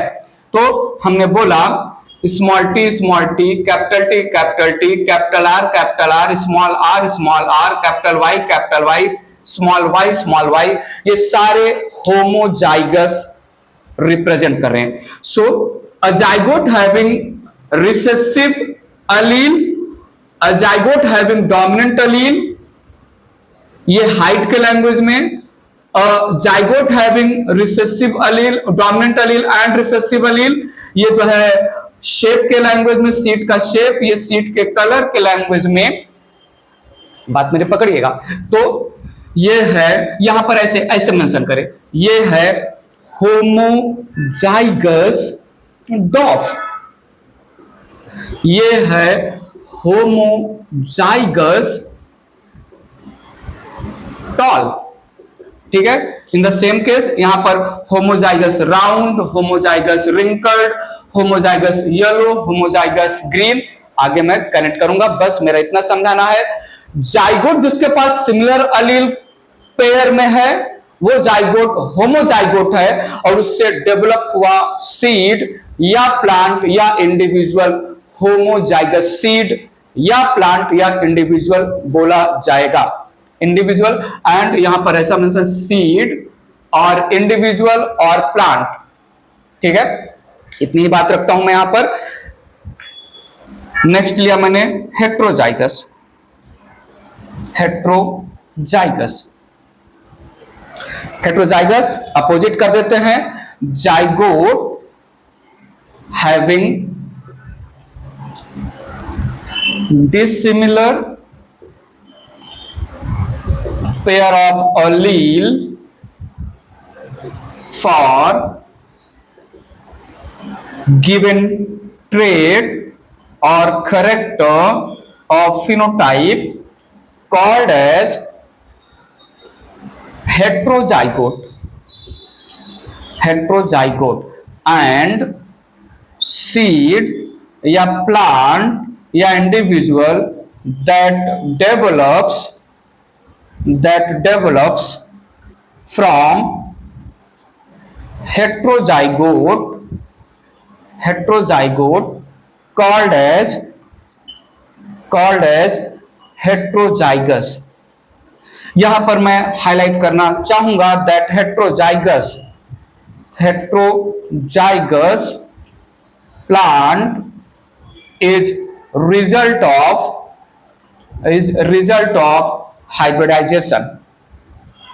Hybridisation या सीधा क्रॉस पॉलिनेशन. ठीक है, या cross breeding.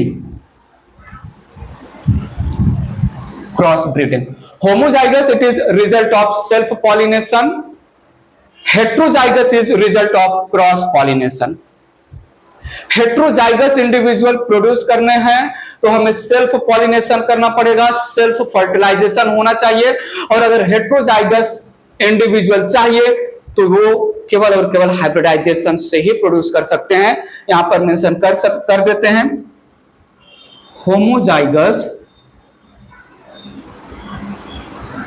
Plants are produced through self pollination या self fertilisation.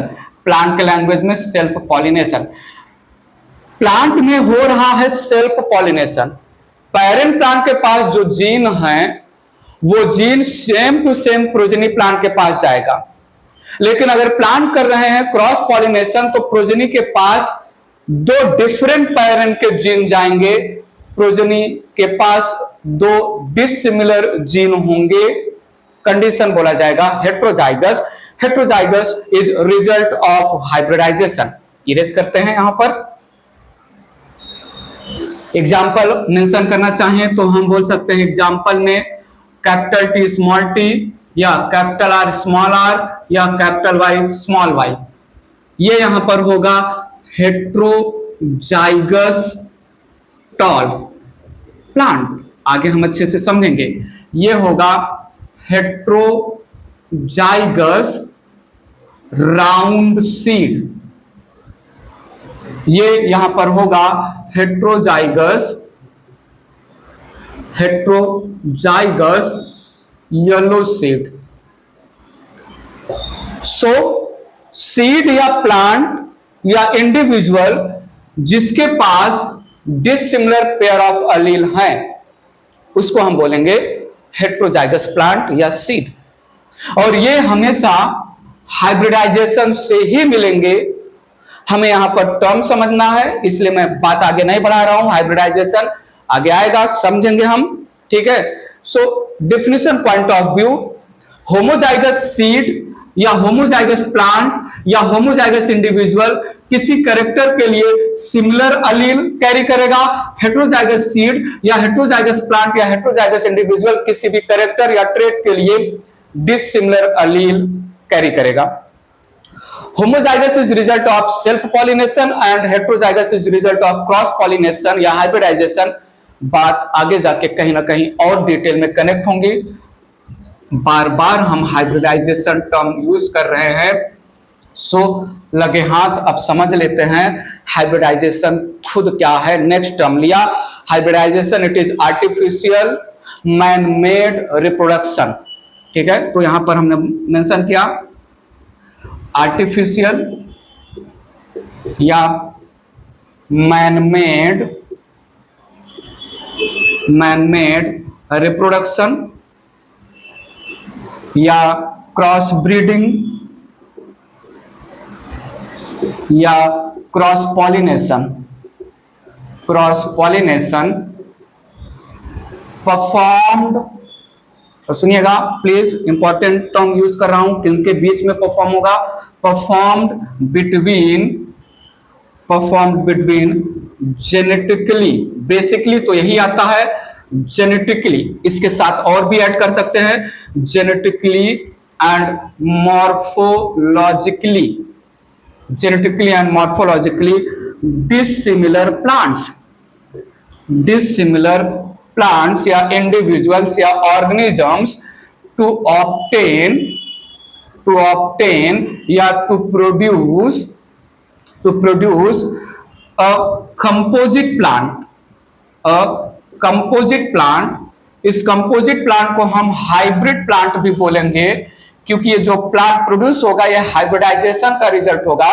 To produce composite या hybrid plant having superior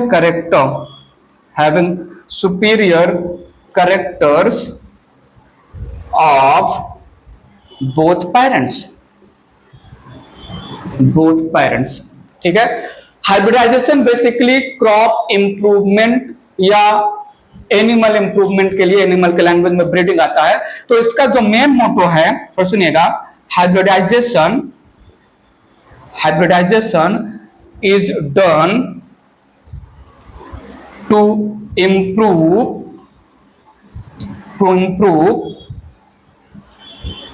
plant quality। Mendel का ये पर्पज नहीं था कि प्लांट की क्वालिटी को इंप्रूव किया जाए। मेंडल इनहेरिटेंस से रिलेटेड वर्क कर रहे थे, तो उनका इनहेरिटेंस ऑफ कैरेक्टर में इंटरेस्ट था। हाइब्रिडाइजेशन का मेजर पर्पज होता है किसी दो जेनेटिकली और मॉर्फोलॉजिकली डिसिमिलर प्लांट, किन्हीं दो जेनेटिकली और मॉर्फोलॉजिकली डिसिमिलर प्लांट जिनके पास खुद के कुछ सुपीरियर कैरेक्टर हैं, लेकिन ये जो कुछ सुपीरियर कैरेक्टर्स हैं ये दो डिफरेंट प्लांट्स में हैं। हमें चाहिए ये दो डिफरेंट प्लांट में जो कुछ सुपीरियर कैरेक्टर हैं ये एक ही प्लांट में एक्सप्रेस हो, तो हम कंबाइन करना चाहते हैं superior characters present in genetically and morphologically different plant in single plant. That single plant is called composite plant या hybrid plant। तो इनके बीच में man made reproduction या क्रॉस पॉलिनेशन करवाना, the process called hybridization।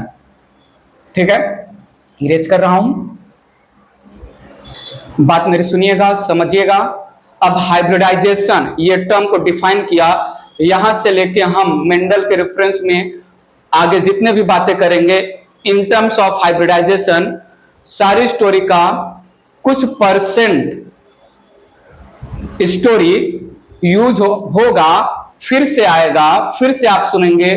Improvement in plants chapter आगे आएगा, ठीक है। एनहांसमेंट इन फूड प्रोडक्शन चैप्टर आएगा आगे, वहां पर भी हाइब्रिडाइजेशन से रिलेटेड कुछ बातें होंगी जो यहां पर मैं बताऊंगा यूज होगा, और वहां पर कुछ एक्स्ट्रा भी बातें होंगी। मैंने लिया है एक प्लांट ए, मैंने लिया है एक प्लांट बी। प्लांट ए, थोड़ा सुनिएगा, प्लांट ए, इसके पास लार्ज फ्रूट साइज है, ठीक है। प्लांट ए का सुपीरियर कैरेक्टर है लार्ज फ्रूट साइज, ठीक है, एंड बोल सकते हैं मोर स्वीट, फ्रूट बड़ा है और स्वीट है। बट प्रॉब्लम यह है इसके पास है inferior root system. Root system plant A का वाटर और मिनरल एब्जॉर्प्शन में, ड्रॉट रेजिस्टेंट में, पेस्ट और पैथोजन रेजिस्टेंट में थोड़ा पुअर है। प्लांट बी के पास क्या, थोड़ा सुनिएगा, सुपीरियर रूट सिस्टम है, सुपीरियर रूट सिस्टम है, लेकिन इसमें स्मॉल लेस स्वीट फ्रूट्स मिलते हैं। ध्यान दीजिएगा, मॉर्फोलॉजिकली और genetically plant A plant B दोनों अलग हैं। प्लांट ए के पास कुछ सुपीरियर कैरेक्टर है, प्लांट बी के पास कुछ सुपीरियर कैरेक्टर है। मैं चाहता हूं प्लांट ए और प्लांट बी दोनों के सुपीरियर कैरेक्टर एक सिंगल प्लांट में आ जाए, तो हमने इनके बीच में किया क्रॉस पॉलिनेशन। हम क्रॉस पॉलिनेशन करेंगे तो हमें एक प्लांट मिल रहा है, प्लांट सी। ये प्लांट सी हाइब्रिडाइजेशन, ये प्लांट सी हाइब्रिडाइजेशन का प्रोडक्ट है, इसलिए हम इस प्लांट को नाम देंगे हाइब्रिड प्लांट। इस प्लांट को हम नाम देंगे हाइब्रिड प्लांट, और ये हाइब्रिड प्लांट के पास सुपीरियर रूट सिस्टम है, large and sweet fruit production, fruit जो है प्रोड्यूस हो रहा है, large and sweet fruit formation हो रहा है इस हाइब्रिड प्लांट में। So genetically and morphologically dissimilar plants के बीच में हम जो है कर रहे हैं क्रॉस पॉलिनेशन। प्रोसेस को हाइब्रिडाइजेशन नाम दिया। आगे हम हाइब्रिडाइजेशन के स्टेप्स भी डिटेल में सुनेंगे। वेल, यहां पर हाइब्रिडाइजेशन टर्म क्लियर होना चाहिए। मेंडल के पेपर का टाइटल था हाइब्रिडाइजेशन इन प्लांट, ठीक है, ठीक है। तो जो उनका experiment in plant hybridisation paper था, तो वहां पर हाइब्रिडाइजेशन का यही मतलब था। उन्होंने टॉल प्लांट लिया जो मॉर्फोलॉजिकली और जेनेटिकली अलग है, डॉग प्लांट लिया जो मॉर्फोलॉजिकली और जेनेटिकली अलग है, और इनके बीच में क्रॉस करके एक हाइब्रिड प्लांट प्रोड्यूस किया। दो डिफरेंट पेरेंट के कैरेक्टर कौन से फॉर्म में इनहेरिट हुए, कैसे एक्सप्रेस हो रहे हैं, वो मेंडल का फंडा था। मेंडल का क्रॉप इंप्रूवमेंट से कोई लिंक लेना देना नहीं था, but hybridisation basically crop improvement के लिए किया जाता है। बात मेरी सुनिए, जरूरी नहीं कि जब हम जेनेटिकली और मॉर्फोलॉजिकली दो डिफरेंट प्लांट के बीच में क्रॉस पॉलिनेशन करें तो हमेशा जो प्रोजनी आए उस प्रोजनी के पास दोनों डिफरेंट प्लांट के सुपीरियर कैरेक्टर ही जाए। इंफीरियर कैरेक्टर भी, यूजलेस कैरेक्टर भी दोनों डिफरेंट प्लांट के इन द प्रोजनी आ सकते हैं। यहां से स्टोरी आगे बढ़ाई जाएगी एनहांसमेंट इन फूड प्रोडक्शन वाले चैप्टर में। एनहांसमेंट इन फूड प्रोडक्शन में अगर जेनेटिकली और मॉर्फोलॉजिकली डिसिमिलर प्लांट के बीच में क्रॉस पॉलिनेशन हाइब्रिडाइजेशन किया और प्रोजनी में इंफीरियर कैरेक्टर, यूजलेस कैरेक्टर आ रहे हैं, तो क्या कर सकते हैं, वहां पर बातें आएंगे। Artificial selection, elimination of inferior plant या इंफीरियर वैरायटी, ऐसी बातें आगे होने वाली हैं। यहां हाइब्रिडाइजेशन का क्या यूज है मेंडल के लैंग्वेज में? डिसिमिलर, जेनेटिकली डिसिमिलर प्लांट हैं तो उनके जीन्स, उनके कैरेक्टर कैसे प्रोजेनी में जाएंगे। यहां पर एक बात हम मेंशन करना चाहेंगे, इस स्टोरी में, जिसका मेन पर्पज है to improve the plant quality. यहां पर तो सुनिएगा, हाइब्रिड प्लांट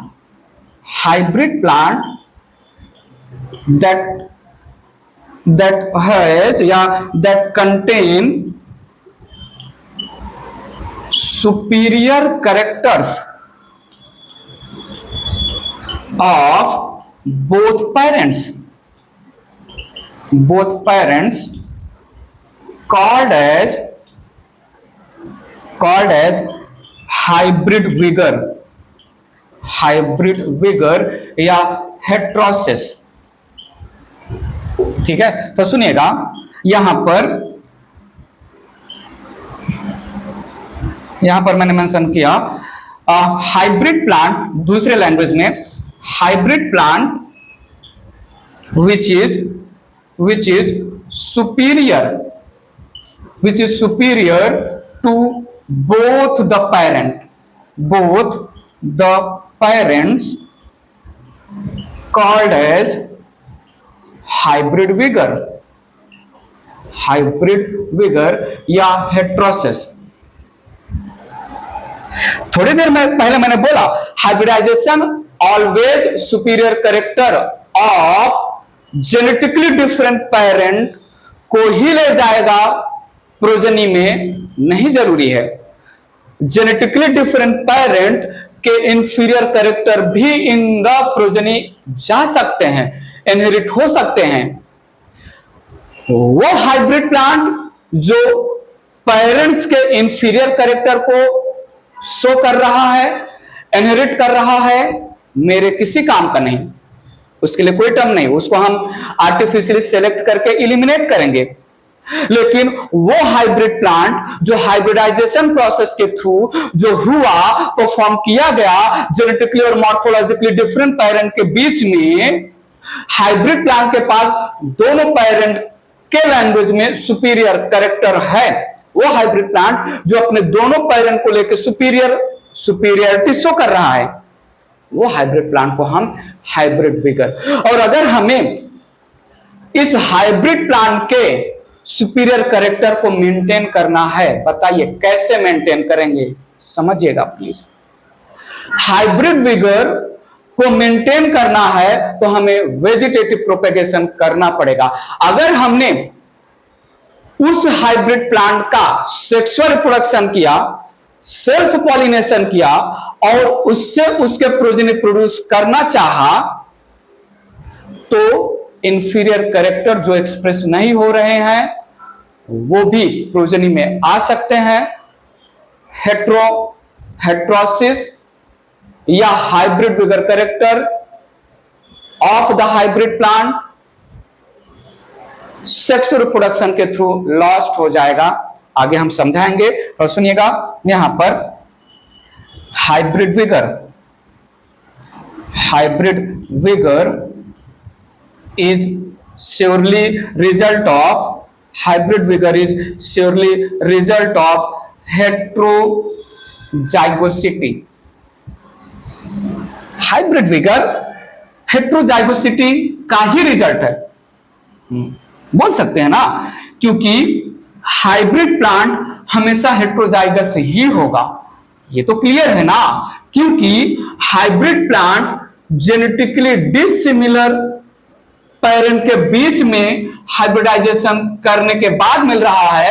अगर पेरेंट ए के पास है, जस्ट जो है सिंपल लैंग्वेज में, पेरेंट ए के पास है कैपिटल ए अलील और इसके पास है कैपिटल बी अलील, तो प्लांट सी के पास ए और बी रहेगा ना।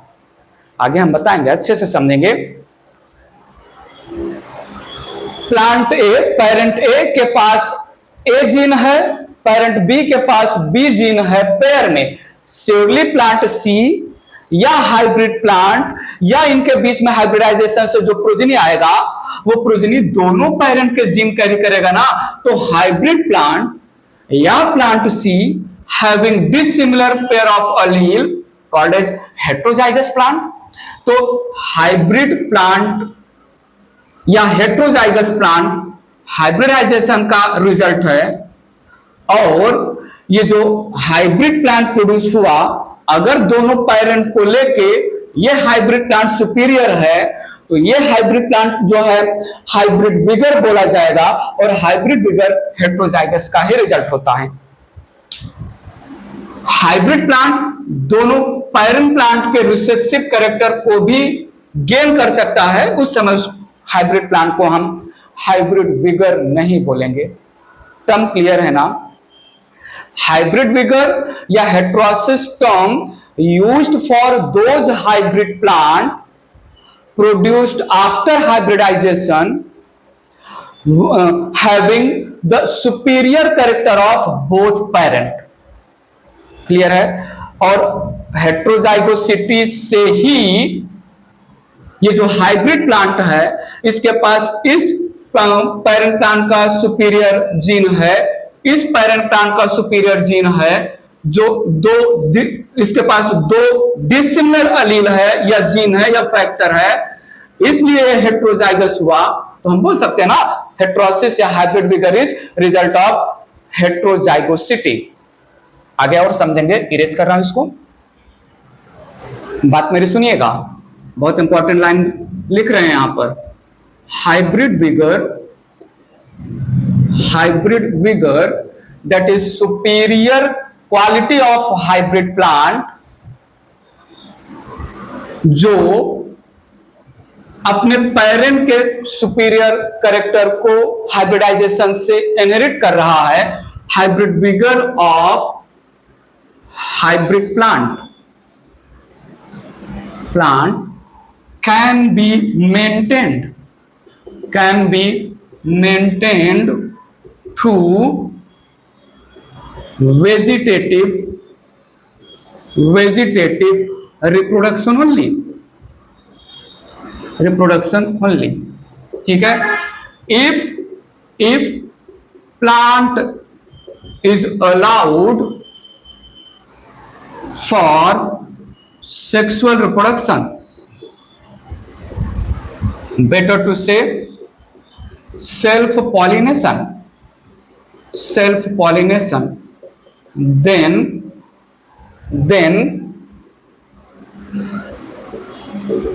हाइब्रिड विगर या heterosis can be lost due to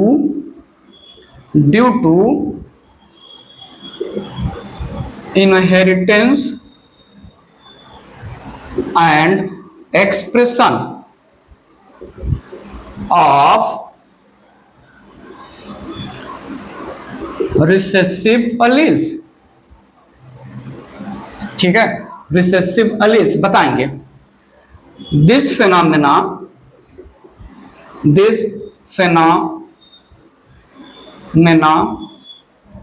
is called inbreeding depression.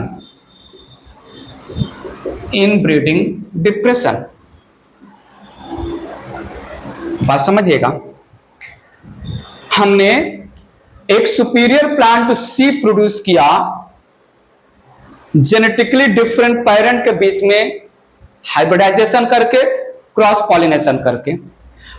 अब दोनों जेनेटिकली डिफरेंट प्लांट के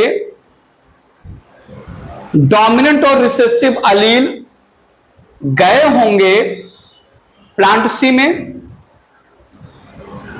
दोनों पेरेंट प्लांट के डोमिनेंट अलील अपना कैरेक्टर एक्सप्रेस किए होंगे, रिसेसिव नहीं कर पाता है डिसिमिलर अलील के प्रेजेंस में। तो जो प्लांट सी था वो दोनों पेरेंट प्लांट को लेकर सुपीरियर कैरेक्टर शो कर रहा था। लेकिन अगर हम प्लांट सी को सेल्फ पॉलिनेशन करने देंगे तो कभी ना कभी मेल और फीमेल गैमीट रिसेसिव अलील अगर कैरी किए और उनके फ्यूजन से जाइगोट बन गया तो प्रोजेनी रिसेसिव या इंफीरियर कैरेक्टर शो करेगा। बातें आगे जाके क्लियर होंगी, थोड़ा समझा रहा हूं। अगर जो है मैरिज हो रहा है दो डिफरेंट स्टेट के पर्सन के बीच में, ध्यान से सुनिएगा, दो टाइप का मैरिज मैं करवा रहा हूं, एक विद इन सेम स्टेट, एक ही राज्य में एक ही स्टेट के पर्सन के बीच में, दूसरा डिफरेंट स्टेट के बीच में मैरिज। अगर सेम स्टेट के बीच में मैरिज हो रहा है, individuals living in same state, उनके बीच में अगर मैरिज हो रहा है तो कल्चर वाइज, ट्रेडिशन वाइज जो प्रोजनी आएगा वो उसी स्टेट के कल्चर और ट्रेडिशन को फॉलो करेगा। लेकिन अगर दो डिफरेंट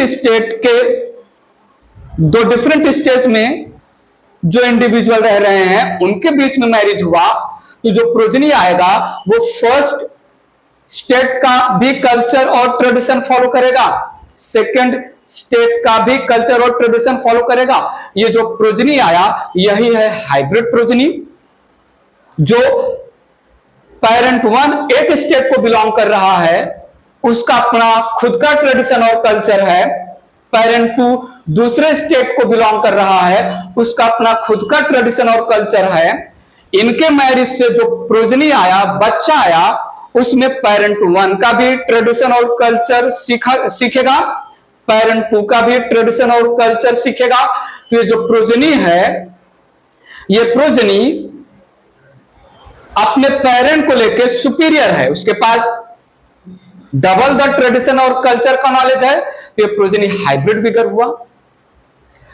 अब अगर इस प्रोजनी को समझिएगा, अगर इस प्रोजनी का मैं फिर से एक ही कल्चर या एक ही ट्रेडिशन वाले पर्सन से मैरिज करना चालू करूं तो जो हेट्रोजाइगस कंडीशन होगा वो लॉस्ट होगा।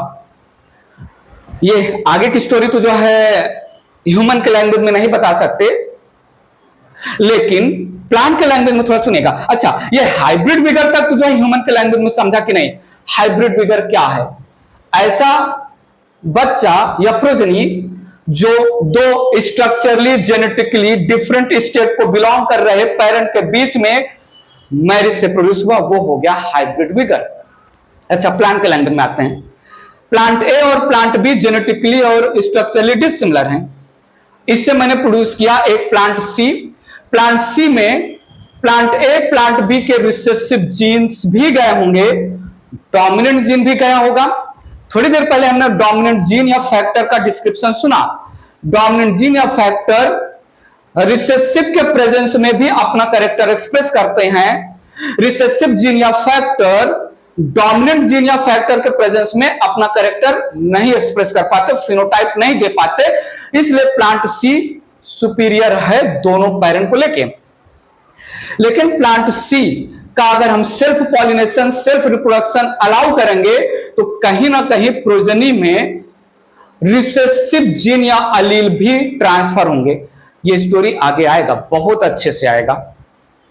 अब प्लांट सी तो है सुपीरियर कैरेक्टर वाला, हाइब्रिड विगर वाला, लेकिन अगर हम उसको सेल्फ पॉलिनेशन करवा रहे हैं तो जो प्रोजनी होंगे उनमें इंफीरियर कैरेक्टर भी एक्सप्रेस होगा, रिसेसिव कैरेक्टर भी एक्सप्रेस होगा, यूजलेस कैरेक्टर भी एक्सप्रेस होगा। तो वो इनब्रीडिंग डिप्रेशन नाम देते हैं उस कंडीशन को। पॉइंट समझा?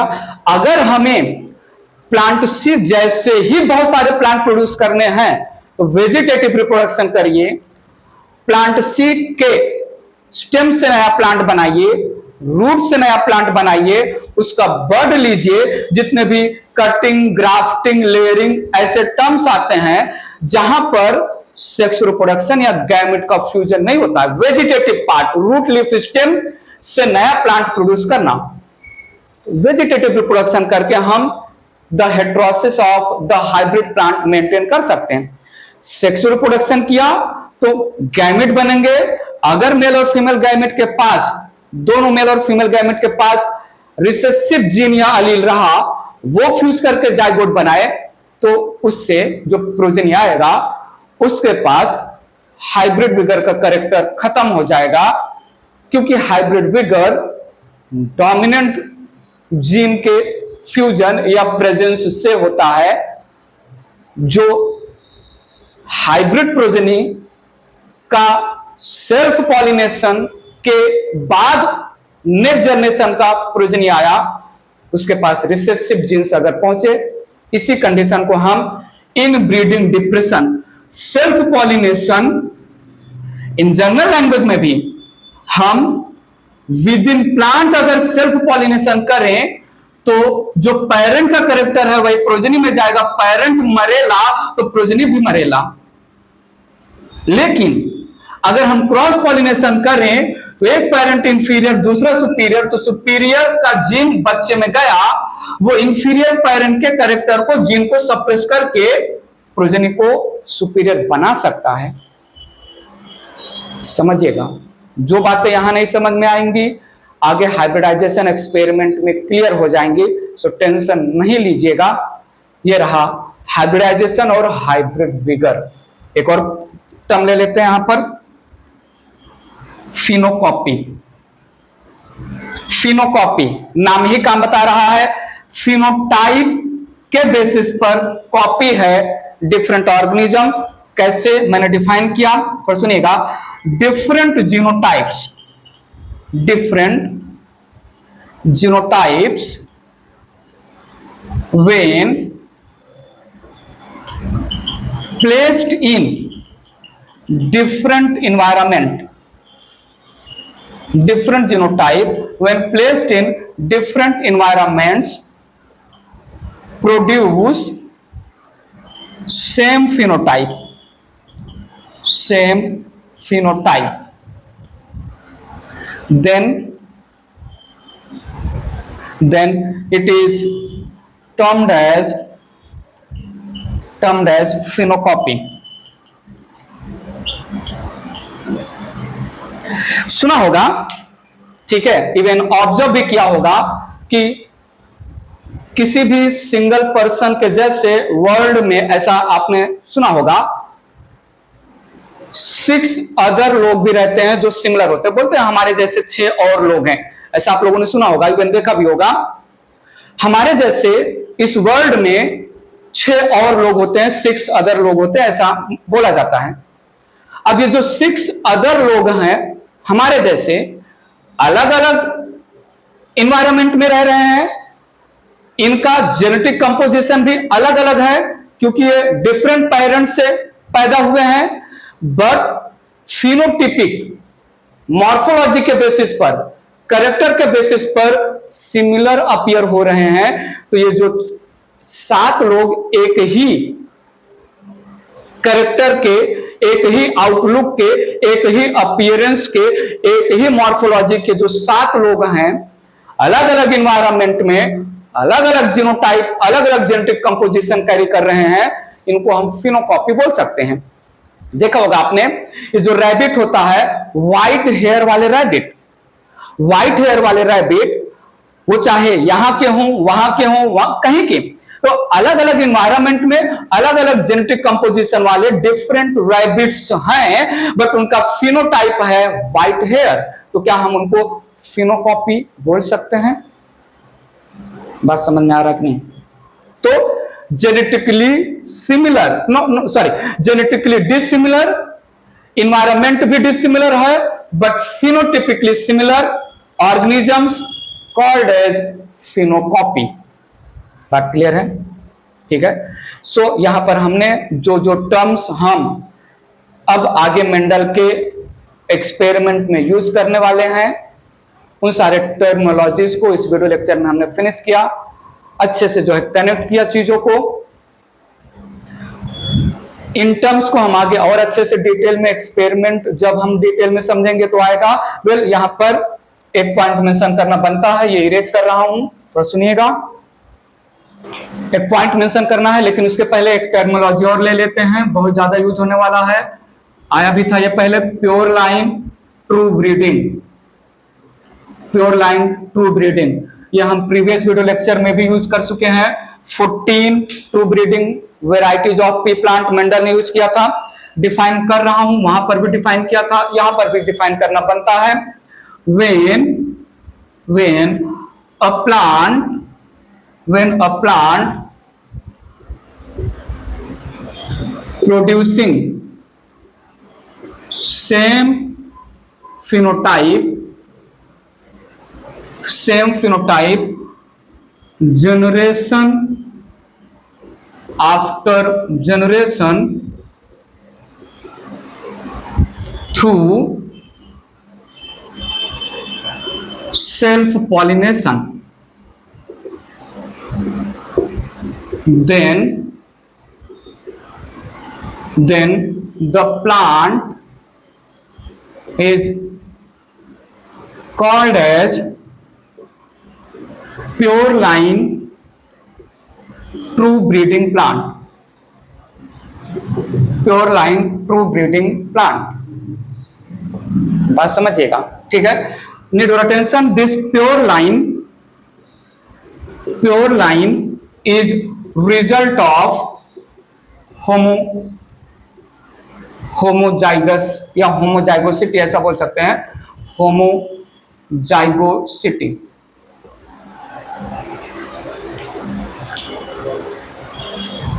सेल्फ पॉलिनेशन हो रहा है प्लांट में, इंडिविजुअल प्लांट है, प्लांट के पास जो जो कैरेक्टर है सेम कैरेक्टर प्रोजनी में आया, उस प्रोजनी ने भी सेल्फ पॉलिनेशन किया, जो जो कैरेक्टर थे उसके प्रोजनी में गए, फिर उसके प्रोजनी में गए। सो ट्रू ब्रीडिंग या प्योर लाइन प्लांट ऐसे होमोजाइगस प्लांट हैं जो due to because of self pollination they maintain their character for many generation। Mendel true breeding plant ही चूज करेंगे, और क्यों चूज करेंगे, नहीं चूज किए होते तो क्या प्रॉब्लम होता, हम बातें करेंगे। समझा कि नहीं? तो सुनिएगा, जैसे एक सिंपल सा एग्जांपल, मैरिज हो रहा है गुजराती और जो है फैमिली के बीच में, तो प्रोजनी आया गुजराती, फिर से सेम गुजराती फैमिली में नेक्स्ट जनरेशन में भी गुजराती बोलने वाला प्रोजनी आया, नेक्स्ट जनरेशन में भी जो है गुजराती बोलने वाला प्रोजनी आया, नेक्स्ट जनरेशन में भी गुजराती बोलने वाला प्रोजनी आया। लेकिन किसी जनरेशन में जो प्रोजनी आया वो गुजराती और मराठी दोनों लैंग्वेज बोल रहा है, तो क्या वो फैमिली प्योर लाइन फैमिली है या ट्रू ब्रीडिंग फैमिली है? नहीं। तो मैं क्या बोल रहा हूं, मैरिज हो रहा है गुजराती फैमिली के बीच में, तो Gujarati culture, Gujarati tradition generation after generation जो है सेम है, स्टेबल है, वही है, कांस्टेंट है। तो Gujarati family pure line family है, ट्रू ब्रीडिंग फैमिली है। लेकिन किसी जनरेशन में अगर कोई ऐसा प्रोजनी आ जाए जो मराठी भी बोले, तो बात क्लियर है कि जो है मैरिज गुजराती फैमिली के बीच में ना होके दो डिफरेंट फैमिली के बीच में हुआ, इसलिए प्रोजनी जो आया वो गुजराती और मराठी कल्चर दोनों कैरी कर रहा है। बात पकड़ में आ रहा है कि नहीं? इसको हम बोल रहे हैं प्योर लाइन ट्रू ब्रीडिंग। तो pure line true breeding generation after generation same character maintain कर रहे हैं सेल्फ पॉलिनेशन के थ्रू, और जो प्योर लाइन ट्रू ब्रीडिंग होते हैं वो उनके पास हमेशा सिमिलर पेयर ऑफ अलील होगा, डिसिमिलर पेयर ऑफ अलील नहीं हो सकता। Dissimilar pair of allele pure line character को हटा देगा। आगे और भी बातें होंगी, तो सुनिएगा। यहां पर मैंने बोला जीन टर्म,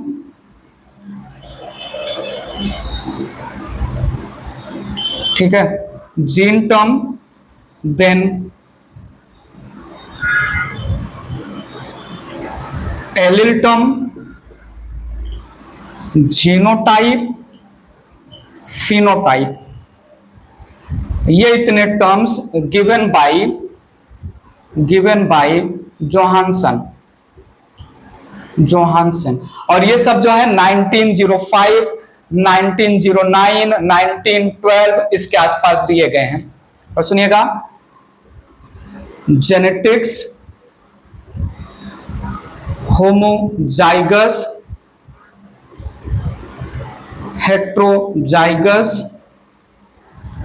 इसके बाद F1 जनरेशन और F2 जनरेशन आगे आएगा, हम बता लेंगे। This terms given by Bateson.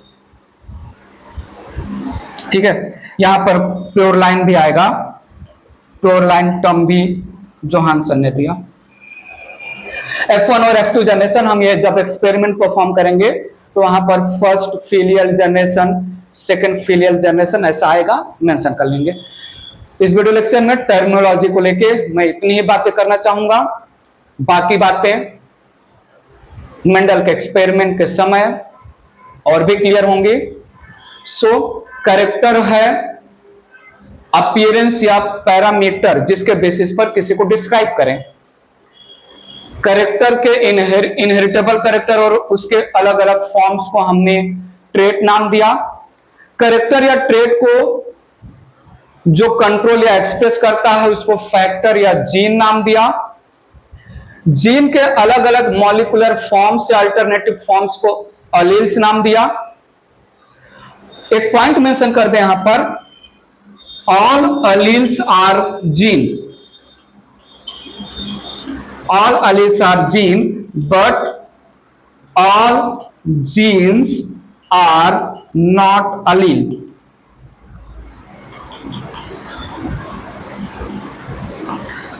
बात पकड़िएगा और इसको जो है अलील वाले हेडिंग के आसपास कहीं मेंशन कर दीजिएगा।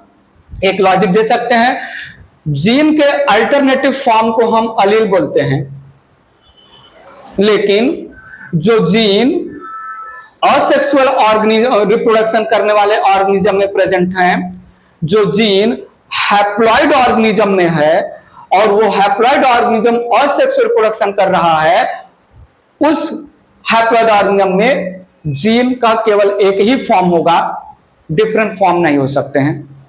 तो asexually reproducing haploid organism gene का केवल एक ही फॉर्म कैरी करेगा, डिफरेंट फॉर्म नहीं कैरी करेगा। ठीक है, एक्सेप्शन कंडीशन जाने दीजिए।